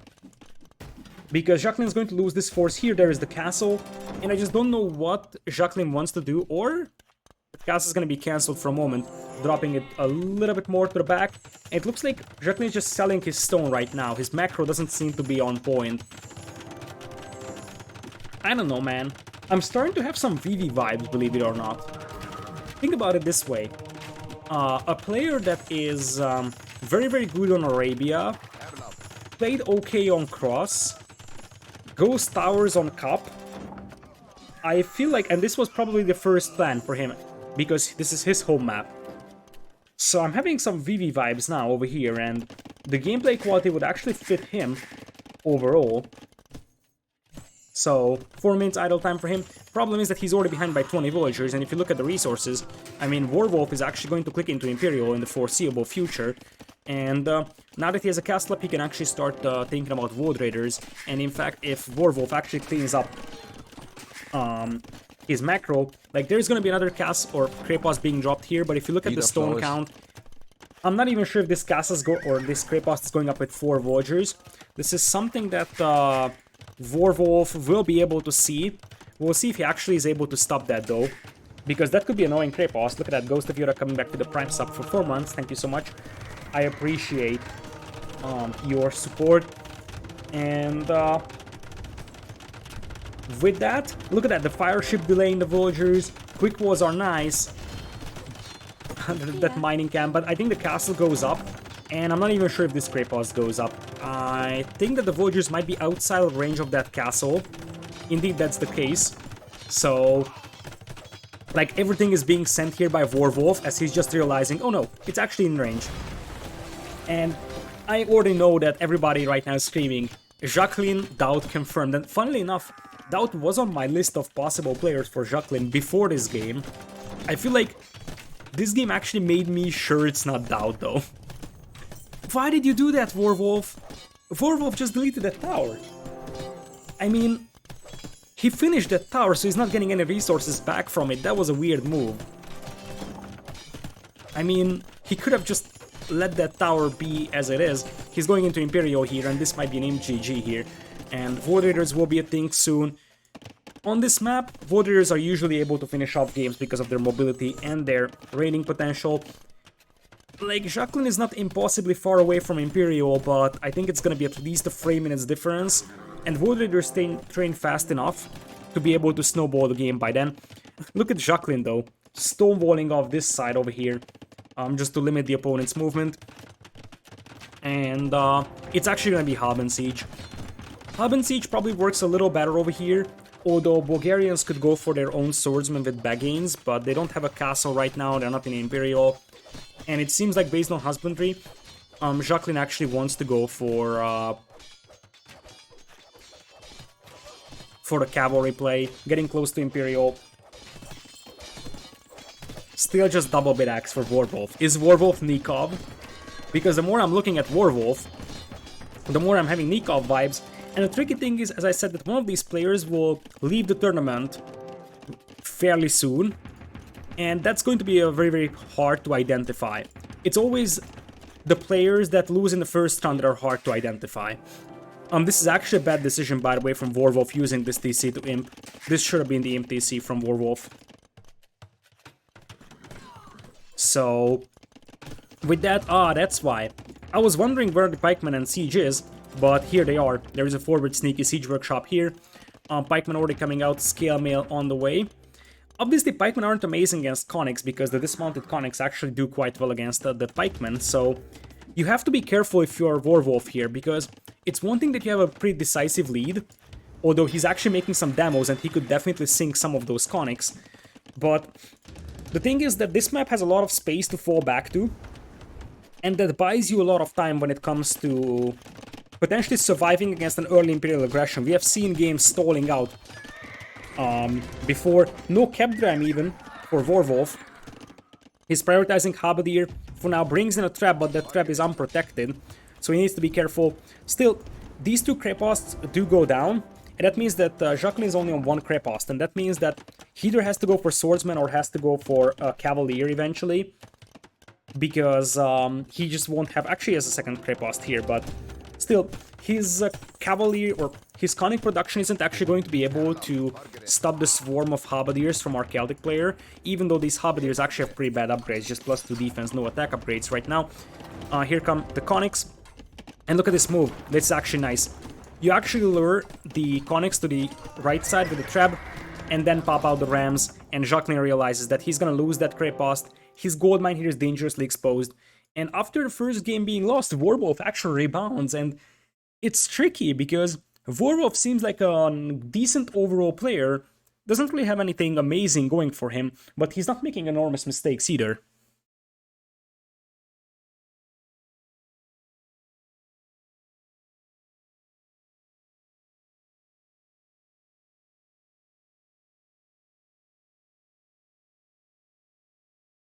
With that, we'll be taking a look at the draft, but before that, we take a look at the stats.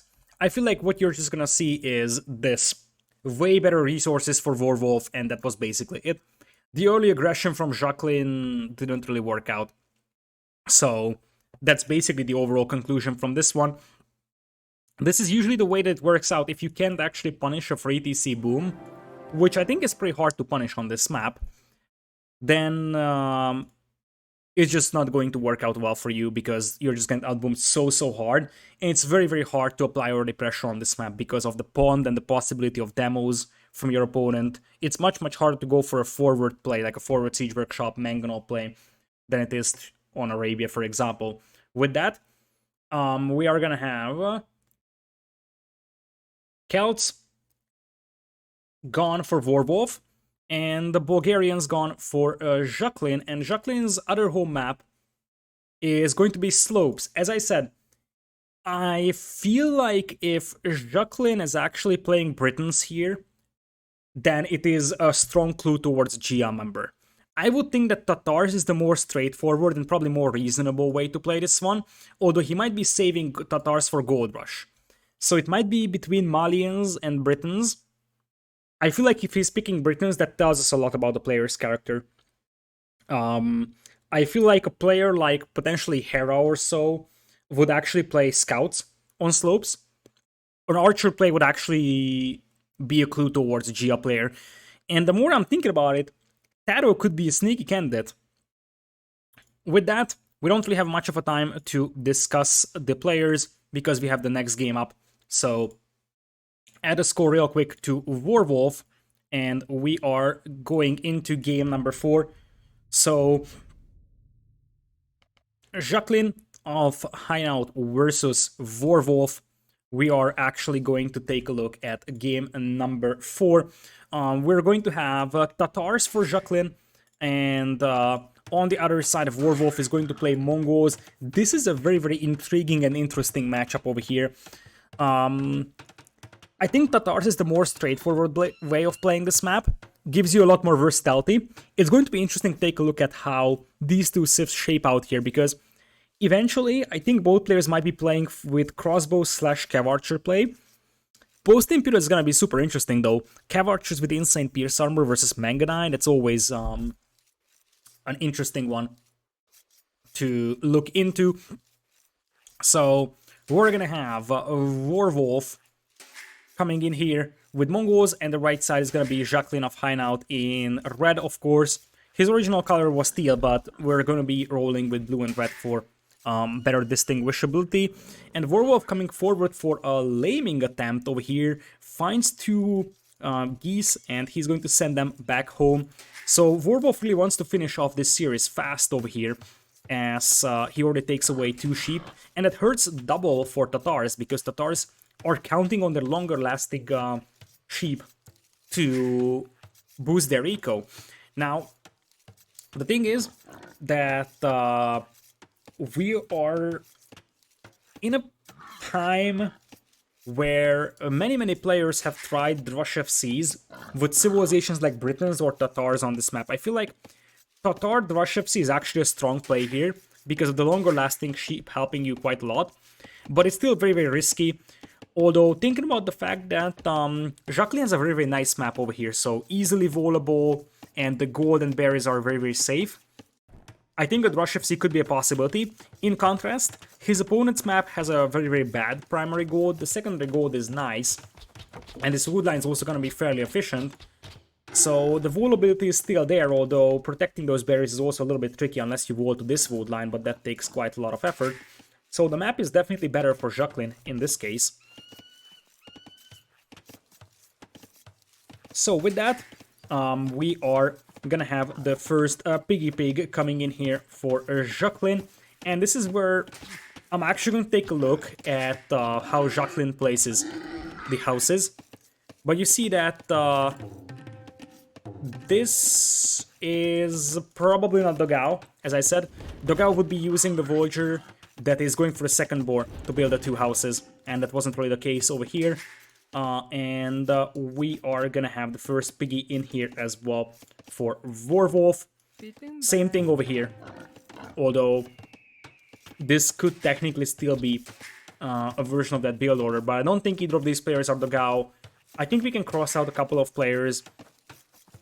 So far, we're gonna have Voyagers coming into the pond here. I like this from Warwolf. I think you can definitely afford to play it this way. You have to make sure that your opponent isn't rushing you, but if you compare the two players, Jacqueline is playing a lot safer with the berries, whereas his opponent is actually going for the shorefish, and he also has 2 extra turkeys or geese, and that means that the food eco for Warwolf is going to be crazy good compared to the opponent. Added to the fact that Warwolf is actually having Mongols for the hunt, and it's a crazy food eco. In fact, it's so crazy that the only mistake that Warwolf is making is that with Mongols you actually won the hunt.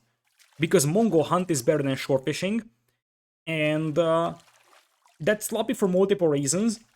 Number one, as I said, it's a faster food source for you with Mongols to go for the hunt. Number two, you can't actually lame the fish with a drush, but you can actually kill the huntables with a drush. So that's actually a mistake from Warwolf over there, going for a shore fish with Mongols. I think he might have just forgotten about the fact that he was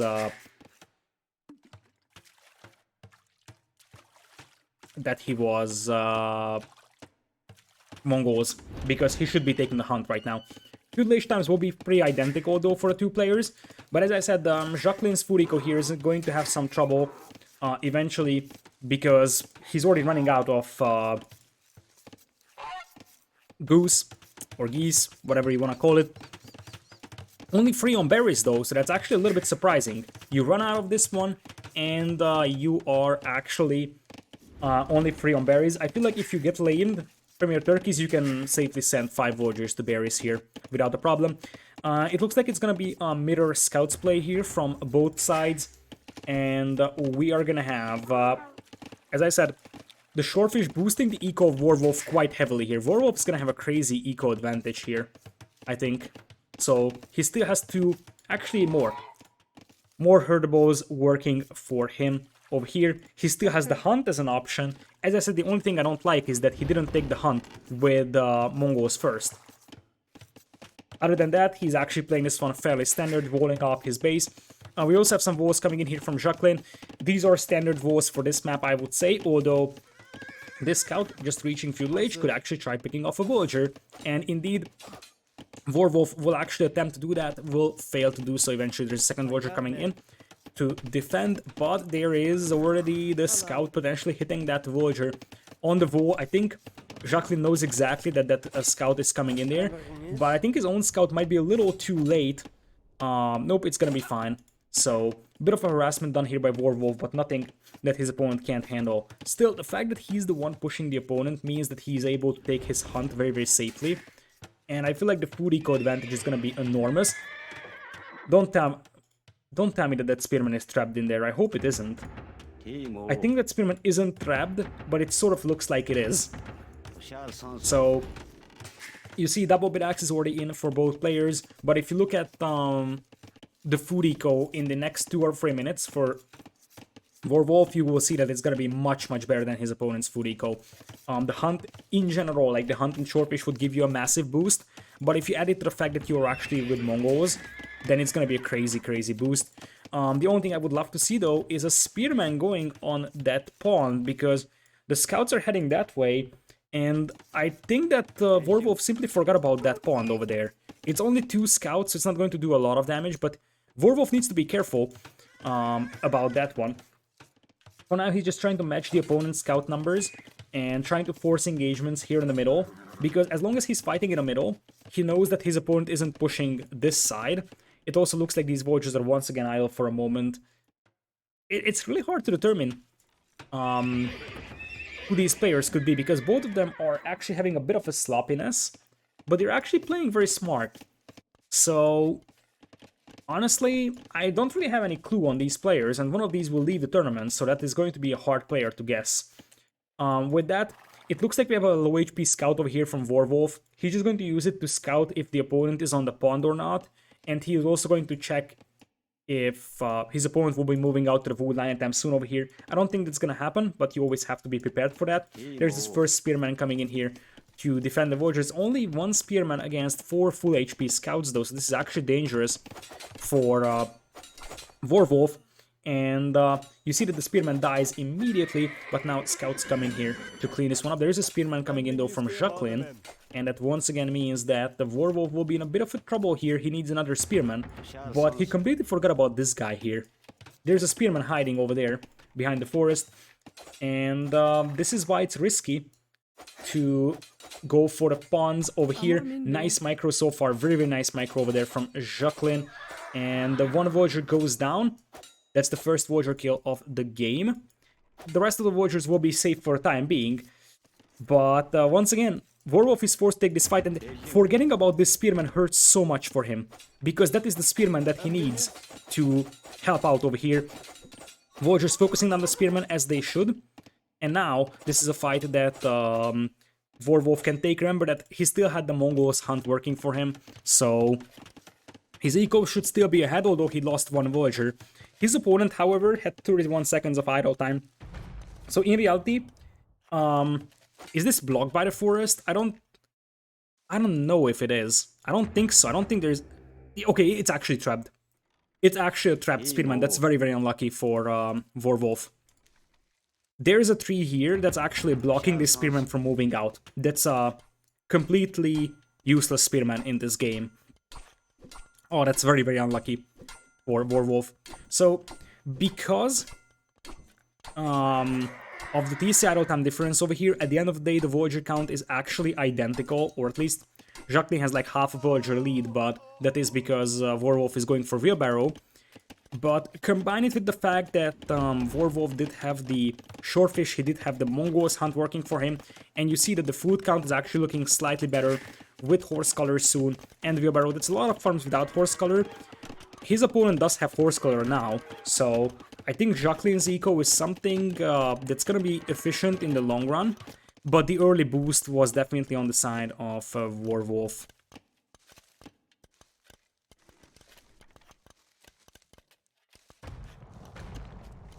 So with that, a second range is coming in here. We're gonna have crossbows coming in, but that just helps the Tatars player, if you ask me, because in a crossbow war, the fast thumb ring is going to be extremely helpful.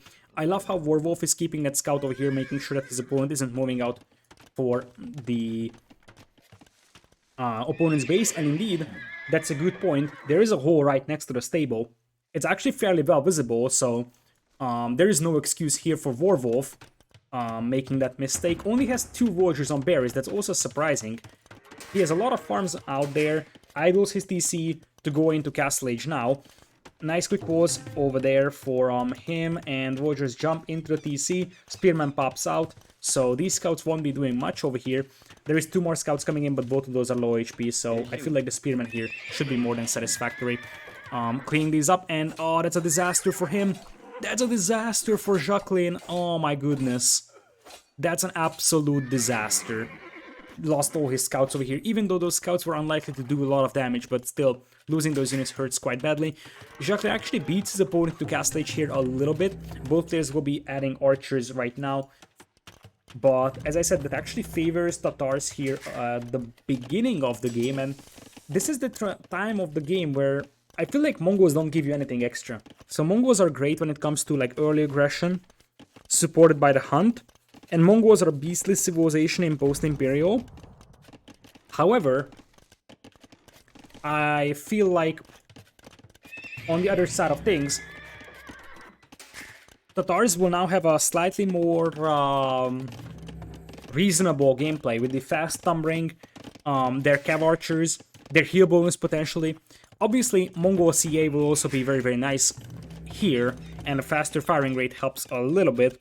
But I still believe that I'm starting to prefer Tatars here, especially because with Tatars you can actually transition your eco to the next stage much easier. So when you build TCs, you will get the extra sheep, and that helps expand your eco a little bit better. So currently, the Mongols will have no eco bonus, whereas their opponent will have a pretty decent eco bonus. In fact, the Jacqueline will probably be having a much better eco in the next 5 minutes or so. There is a Castle Age crossbow coming in here, Tumbling is already in, and we had a teleporting spearman out there. And that's the hill that Jacqueline wants to control. Indeed, takes the hill with Tatars. He already has crossbow coming in, no botkin though for him. In terms of town centers, we will have a fast university for ballistics over here. I think ballistics will be coming in for both players very soon. But what is Jacqueline doing? Jacqueline doesn't have botkin, even prioritizes Boso. This is dangerous. This is very dangerous because it's about the range mostly, not the damage output necessarily. But why is he not going for botkin? Okay, now he's gonna go for it. He was a little too low on gold, but still, that was a little bit awkward. Now comes University for ballistics for him as well. Tries to push that gold mine. Still without botkin, but he's gonna have the hill advantage for him in a moment. And both players will be having pretty much even upgrades over here. Botkin just now kicking in for Jacqueline, but he's got the hill advantage with Tatars. Now loses that for the time being and ends up trading armies over here with the opponent. Still, that was a nice win for Warwolf, even up against Stumbring. And Warwolf has 9 army compared to 5 only. It appears that Jacqueline is having a bit of a hard time getting the crossbow numbers out. You see that he was apparently a little too low on the wood or gold. At the beginning of Castle Age, it was a gold issue with the late botkin.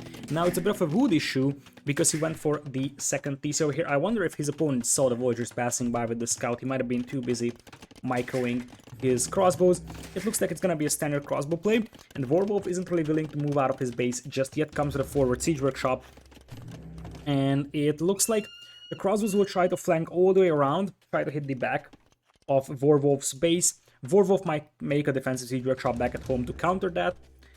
And at this point, as I said, once this TC goes up, the second stage of the Mongol boom is actually going to come in, which is the sheep. You could also take the hunt and shorefish here potentially, if you clean that scout up and your opponent doesn't have an army there. Now Jacqueline just getting ballistics in. His opponent already has ballistics. So Jacqueline trying to take the hill here and fire down hills. Nice move from Warwolf, looping around, trying to take the hill and pick off the crossbows now. He doesn't have tumbling, but he does have ballistics. And right now it looks like Jacqueline has to zigzag. Look at that move though from Warwolf, trying to cut off the escape path for those crossbows. And now Jacqueline trying to run up hills, but he's going to lose once again his entire army, and it's gonna be just 6 crossbows on the field against 14. No armor upgrades right now for Warwolf. There is +1 defense for Jacqueline, but there is already potentially rams and mangonels coming in, and it looks like a third range will be dropped here from Jacqueline, but that doesn't actually solve the problem of fighting against siege here. And he's gonna need the defensive siege workshop. He doesn't know about the siege workshop just yet, but he will soon find out. And by the time he's able to react to that, as he denies the third range, once again a very important factor. And the thing is that crossbows won't be able to take a good fight because there's a mangonel supporting, and you have to take that ram down really fast. You see that immediate reaction from Jacqueline to the ram and the mangonel is the siege workshop. You see that he's actually ground attacking behind this range. The reason why he's doing this is because his opponent will likely be repairing from this side, and he wants to prevent repair, so he's not directly targeting the range. He's actually targeting this tile because he knows that if the crossbows want to unpop, if the villagers want to repair, that's the tile that they have to repair. And it looks like Warwolf is actually going to be getting closer and closer to stomping his opponent here. Villager count is still even, there's a couple of crossbows raiding, but I feel like I'm not sure if Jacqueline's actually ready to really stop this full-on push here. There's a Mangonel out now, but I feel like, I mean, Jacqueline's going to lose all his ranges. What is he going to do after? He can still go for Siege Workshop defense, but I feel like now the transition to Cav Archers could definitely be a possibility for Warwolf, who is adding Villagers to Stone, which could be a forward castle for Mangudai. Nice one for over there from Jacqueline. Villager count in the favor of Warwolf now, who is on 3 TCs. And Mangonel Dance coming in here. Repair Villager also taking a bit of a pounding over there. And the problem right now that Jacqueline is facing is that he's 9 army against 27. He needs like at least one big mango shot on top of those crossbows, but probably even more. Ram, oh, that's a nice move. Ram trying to snipe the Mangonels, but that's not gonna happen. And now it looks like we're gonna have a Cav Archer play over here, because we got Bloodlines and +2 Archer defense coming in here. Mobility could definitely be something that helps out a lot here for our Tatars player, as that Mango fires up hills. Misses the first one. Oh, that's a nice micro over there from Warwolf. And he's going to trade one Mangonel to 2, picks off all the crossbows of his opponent. And once again, I feel like Jacqueline needs a lot more here, because it's one thing that he's holding for now. He's only 2 TCs versus 3. His opponent actually is a fairly consistent Voyager production. He's Mongols, and don't want to actually drag this game out to post-Imperial against Mongols, I believe. So it's 71 Voyagers to 67 now. The eco lead is steadily increasing for Warwolf, who's also applying pressure now, 8 on stone. And if Jacqueline is not actually pushing out of his base in the next 3 or 4 minutes, we're going to see a forward castle from Warwolf here, probably on this hill, which would deny a gold mine, a stone mine, and it would be a great starting position to assault the original base of Jacqueline. We could see Mangudai coming out soon. It's 4 range Cav Archers now from Jacqueline, so there is still a hope, because Tatar Cav Archers are no joke, especially the mobility aspect is going to be huge. But I feel like the problem right now is that you have to fight this army no matter what. So yeah, you have the mobility advantage, congrats, but you still have to be able to take this army down, otherwise we'll just get your base absolutely annihilated. It would be nice if that stable would be destroyed, by the way. Not sure why Warwolf isn't finishing that off. You have to finish off that stable in case your opponent wants to add a knight or a step lancer or so to destroy the Mangonels. It looks like now he's actually destroying the barracks. It might have been just a misclick, I'm not 100% sure. +2 defense now coming in for Warwolf's crossbowmen as well. And the stable eventually is gonna go down. That's a fairly decent Mangonel shot over there from Jacqueline. Trades a Mangonel 1 for 1. As I said, the stable is so weak that even the crossbows can take it down, and that is going to happen. That doesn't actually happen before Bloodlines, but it does happen before Husbandry. So those Cav Archers do not have Husbandry. Oh, that's actually a disaster for Warwolf, though. That TC could actually be denied. He's got 2 crossbows over here, but he needs to clean it one up ASAP, because the Cav Archers might be heading that way. Nice hill advantage on the side of Jacqueline over there, and that's exactly what you want. Hill advantage with Tatar Cav Archers. Still, the TC goes up. And it looks like Warwolf was almost able to intercept these Voyagers on this town center, but that didn't happen either. 4 Voyagers lead right now for Warwolf only. And remember that Jacqueline still has the mobility advantage, but the stone count is enough. I think those Voyagers are already moving forward for a castle. Now the question is where you're gonna make that castle, because Warwolf had to pull all his crossbows back to his own base to prevent those Cav Archers from doing a lot of damage, and there is still an opening here, so the Cav Archers could very well get into the base of the opponent here. For now, these crossbows might actually be harassing some woodlines here. I like the stone walls for Jacqueline, and indeed, he's going to commit right beneath the TC. I am not sure, however, how much you can kill with these Cav Archers. You can idle these Voyagers for some time, but the crossbows will catch up, kill this force. It's going to be a passive castle here from Warwolf, but I mean, at the end of the day, Warwolf is not leading as much as I assumed that he would. There is going to be a castle coming up, but his army numbers aren't impressing me anymore, and the mobility advantage is paying off here for Jacqueline a tiny bit. Now he's going to clean this one up over here. In terms of vision, now Jacqueline finds that castle, and this would be a prime opportunity to even that Voyager count. In fact, take a Voyager count lead. The Mangonels, the Cav Archers, should have no trouble dealing with the Voyagers here. Knight pops out from Warwolf trying to snipe the Mangonel. Cav archers will focus that one down. Surprisingly, no Voyager was killed in this engagement, so that was actually a beautiful, beautiful fight for Warwolf. But Jacqueline takes over in terms of score lead, and that's something to keep monitoring.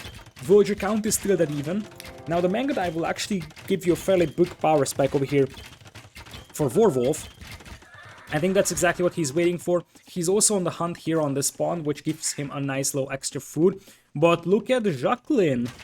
Jacqueline is actually thinking about Imperial, and we talked about the Tatar's boom and the capabilities of that, and that's what we're seeing over here. He was on the back foot for the majority of the game, but he actually killed more Voyagers than his opponent did. And most importantly, he's got a very, very nice and clean transition to a free TC play. Whereas for Mongols, they don't really have anything going for them in that aspect. Imperial Age is also going to come in here for Warwolf, but currently doesn't have a lot of Mangodai on the field. In fact, the first Mangodai is just coming out. He also doesn't have Thumb Ring, which is an expensive upgrade to get.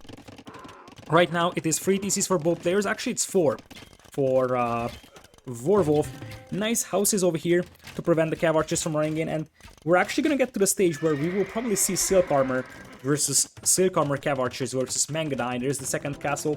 One of the advantages that Jacqueline's going to have here is that he doesn't have to actually use his castles to produce military. All you need to do is go for Cav Archers, whereas Warwolf will need to keep those castles alive. That's actually a very, very nice castle position over there. So producing Mangodai and Trebs at the same time is always problematic, whereas producing Cav Archers plus Trebs at the same time is much easier, obviously. We'll have some light Cav coming in here for Jacqueline, potentially for some raiding on the right side. Castle goes up, Voyager goes down over there. The first castle is up for Jacqueline to protect that stone and gold mine for himself. And for now, military numbers are still in the favor of Warwolf, but those crossbows will soon become obsolete. Still, this is a little bit annoying here for Jacqueline with those crossbows harassing that gold mine. Even the scout killed a Voyager here on the market. So it's not perfect for Jacqueline, but he's definitely less dead than he used to be. These crossbows could actually find a couple of Voyager kills over here on this side, which would be a nice situation overall for Jacqueline. Here come the Cav Archers. I think Silk Armor is something that you could actually go for early on. Here is Husbandry first, massive market usage once again. And I think Silk Armor is, I'm not going to say it's your top priority, but after Bracer kicked in, you probably want to have Silk Armor immediately. Because that is just so important for Tatars, even before traps potentially, because it's a bigger priority to get Silk Armor against Mongols that have Mangodai while your castle is standing than to get a trap out. Nice move over there from Jacqueline, and for the last couple of minutes, Jacqueline has been playing this one a lot better. These guys already have +4, and oh, Mongols have Arbalest. I forgot about that. And it looks like Warwolf is even gonna go for the Mongol Arbalest play. I think Mongols are missing the final armor upgrade though for their Cav. Hill advantage is taken here by Jacqueline, but you also have to consider that those are very, very expensive Cav Archers, and the Arbalest will kick in.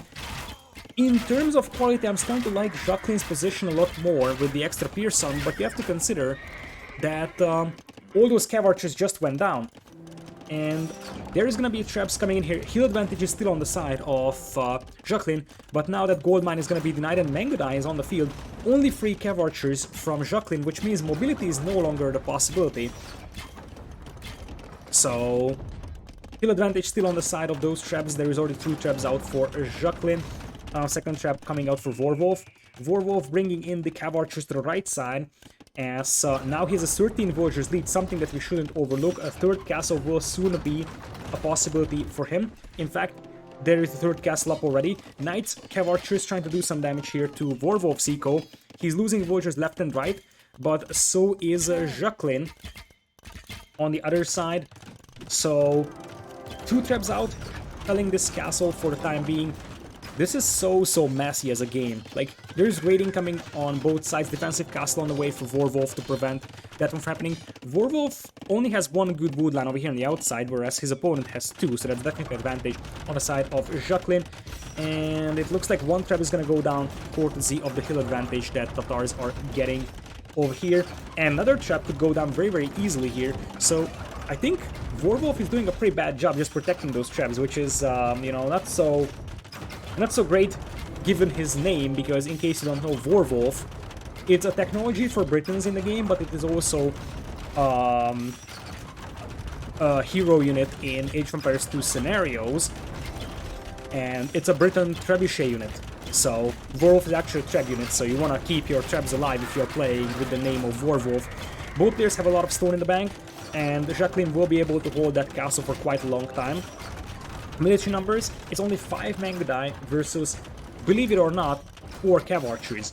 The military numbers are surprisingly low, and honestly, the Arbalests here are actually helping a lot, because those are the ones that are keeping those trebs alive from the Cav archers, potentially light Cav. There is a castle coming up on this side, and Jacqueline, as I said, he needs to focus down the castles because that's the way to beat Mongols.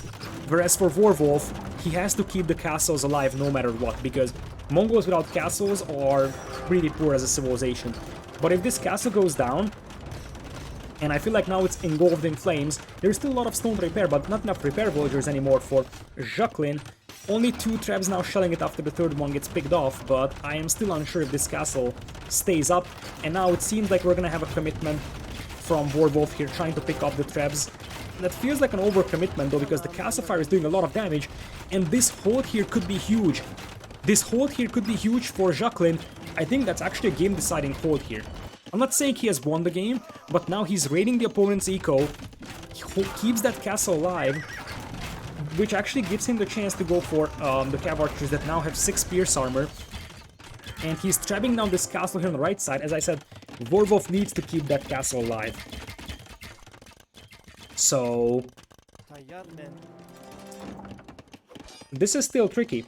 This is still very, very tricky for both players. This is definitely winnable for both sides. But I think that this is actually very, very ambitious from Warwolf. Could be an awful decision to send your villagers here to that gold mine. Indeed, that's not gonna work out at all, and it kind of feels like those villagers were just thrown away. The castle here keeps standing, and one thing that you have to remember is that Mangudai are much, much better at sniping trebs than Cav archers are. So it is definitely easier for Warwolf to keep his castle up, but look at that. Those are Tatar CA with hill advantage and 6 pierce armor versus Mangudai. Now the Mangudai are actually still fine, but replenishing the Mangudai is always harder than replenishing the Cav archers. Nice move over there. On the left from Warwolf, bringing in these skirms and the Arbalest to pick off a couple of villagers. Villager count still dead even for the 2 players, and one thing that Jacqueline is actually missing, alongside Silk Armor I believe, is Heavy Cav Archer. So Light Cav having 6 pierce armor as well over there, but Mangudai numbers are slowly increasing, and that's something that we shouldn't overlook. There is no traps coming in here from Warwolf just yet. I wonder if he even sees that castle. He sees the castle, but he's not making traps. Tries to get through these walls right now with the skirmishers. One thing that's missing from Warwolf though is raiding. So he hasn't been able to raid his opponent's eco at all, to be honest. Still, Mangudai numbers are steadily increasing, and now we're going to have the cavalry defense upgrade, so finally we're going to have Light Cav. This is definitely dragging out to be a long game, and that's something I noticed in Hidden Cup 3 as well, that there is 2 ways that slopes are played. They're either decided in early Castle Age, or maybe even in Feudal, or they actually go to a very, very long post-Imperial games. This is actually nice value for the skirmishers over there. A couple of villagers picked off left and right is always nice to have. And now the Mangudai will come in and try to raid this side of the eco for the opponent. I think Warwolf realized that his opponent is, you know, a little bit too much spread out, and he could do a lot of raiding with the Mangudai. Another castle comes in here from Jacqueline to contest this one from Warwolf. Warwolf also lost a couple of villagers in the middle, so Jacqueline still possesses the villager lead. The army value is much better for Jacqueline overall, but behind this one, we are gonna have the Mangudai picking off villagers here, and that could actually hurt Jacqueline quite badly.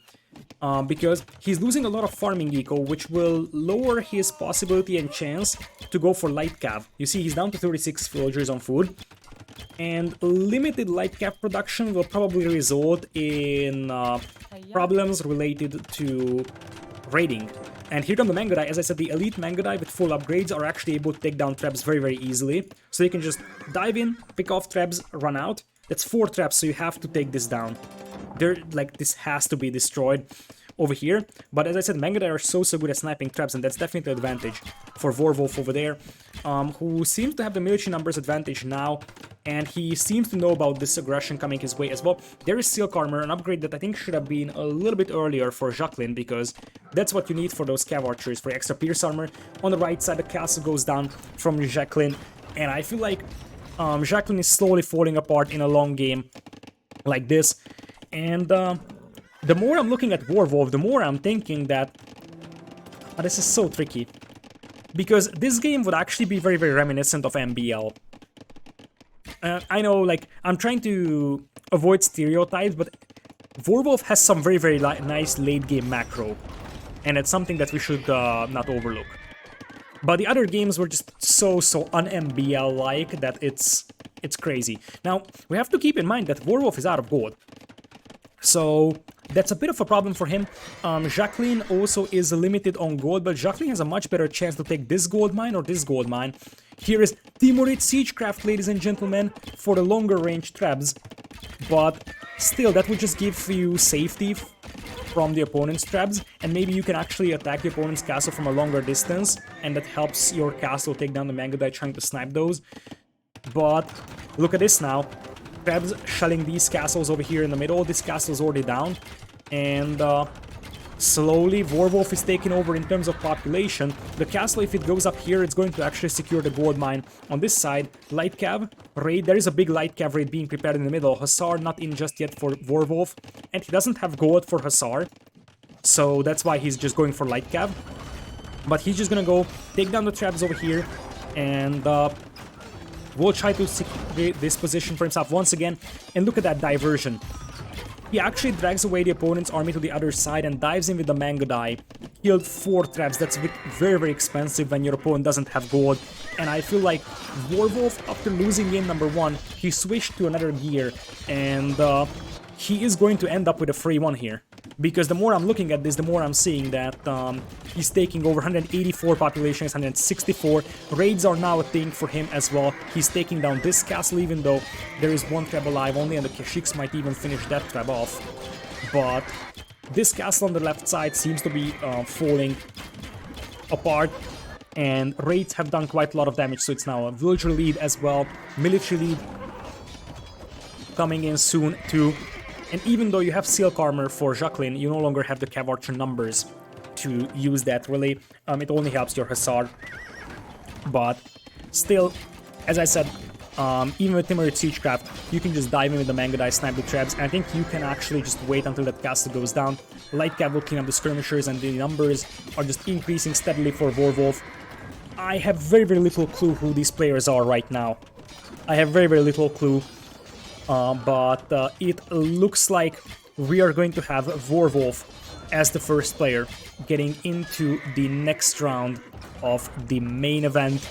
And after the first game, which was a very, very convincing, it was, I would dare to say that Jacqueline destroyed his opponent on Arabia. After that, it seems like Warwolf was able to play on the specialized maps a lot better. It's really hard to say who these players could be. I honestly have no clue. Jacqueline... I don't remember. I think Cup was Jacqueline's map, right? I'll have to check. But I think this is now fairly decided. 190 population against 130. That castle might not even go down indeed. Mangudai sniped the trap. This game is over. It's 15 military against 60. Raids are just coming in left and right. Jacqueline taps out. And we're gonna have Warwolf as the first player getting into the next round of the main event. As I said, I don't want to go very, very deep into predictions, but Jacqueline with Cup and Slopes banning islands, I don't really have a clue who this player could be. He went Tatars on Slopes. I'm tempted to say that my current best prediction could be Bhakti, but it's a very, very weak guess. With that, Warwolf advances. Once again, I have no clue, to be honest, on who this player could be. We'll have to see the other players and kind of narrow down the possibilities, because both of these players played very, very standard, and Because of that, it's really hard to identify them. There will be some more characteristic plays, characteristic map packs for the map picks for the players. We will see Warwolf in the next round as well, so we'll be able to refine our guesses based on that. So that is the advantage. Jacqueline, though, it's going to be hard to guess him because, as I said, we will only have a sample size of 4 games for his gameplay. With that, Warwolf gets into the next round of Hidden Cup 4, and he's going to be playing in the quarterfinals on it's actually Saturday.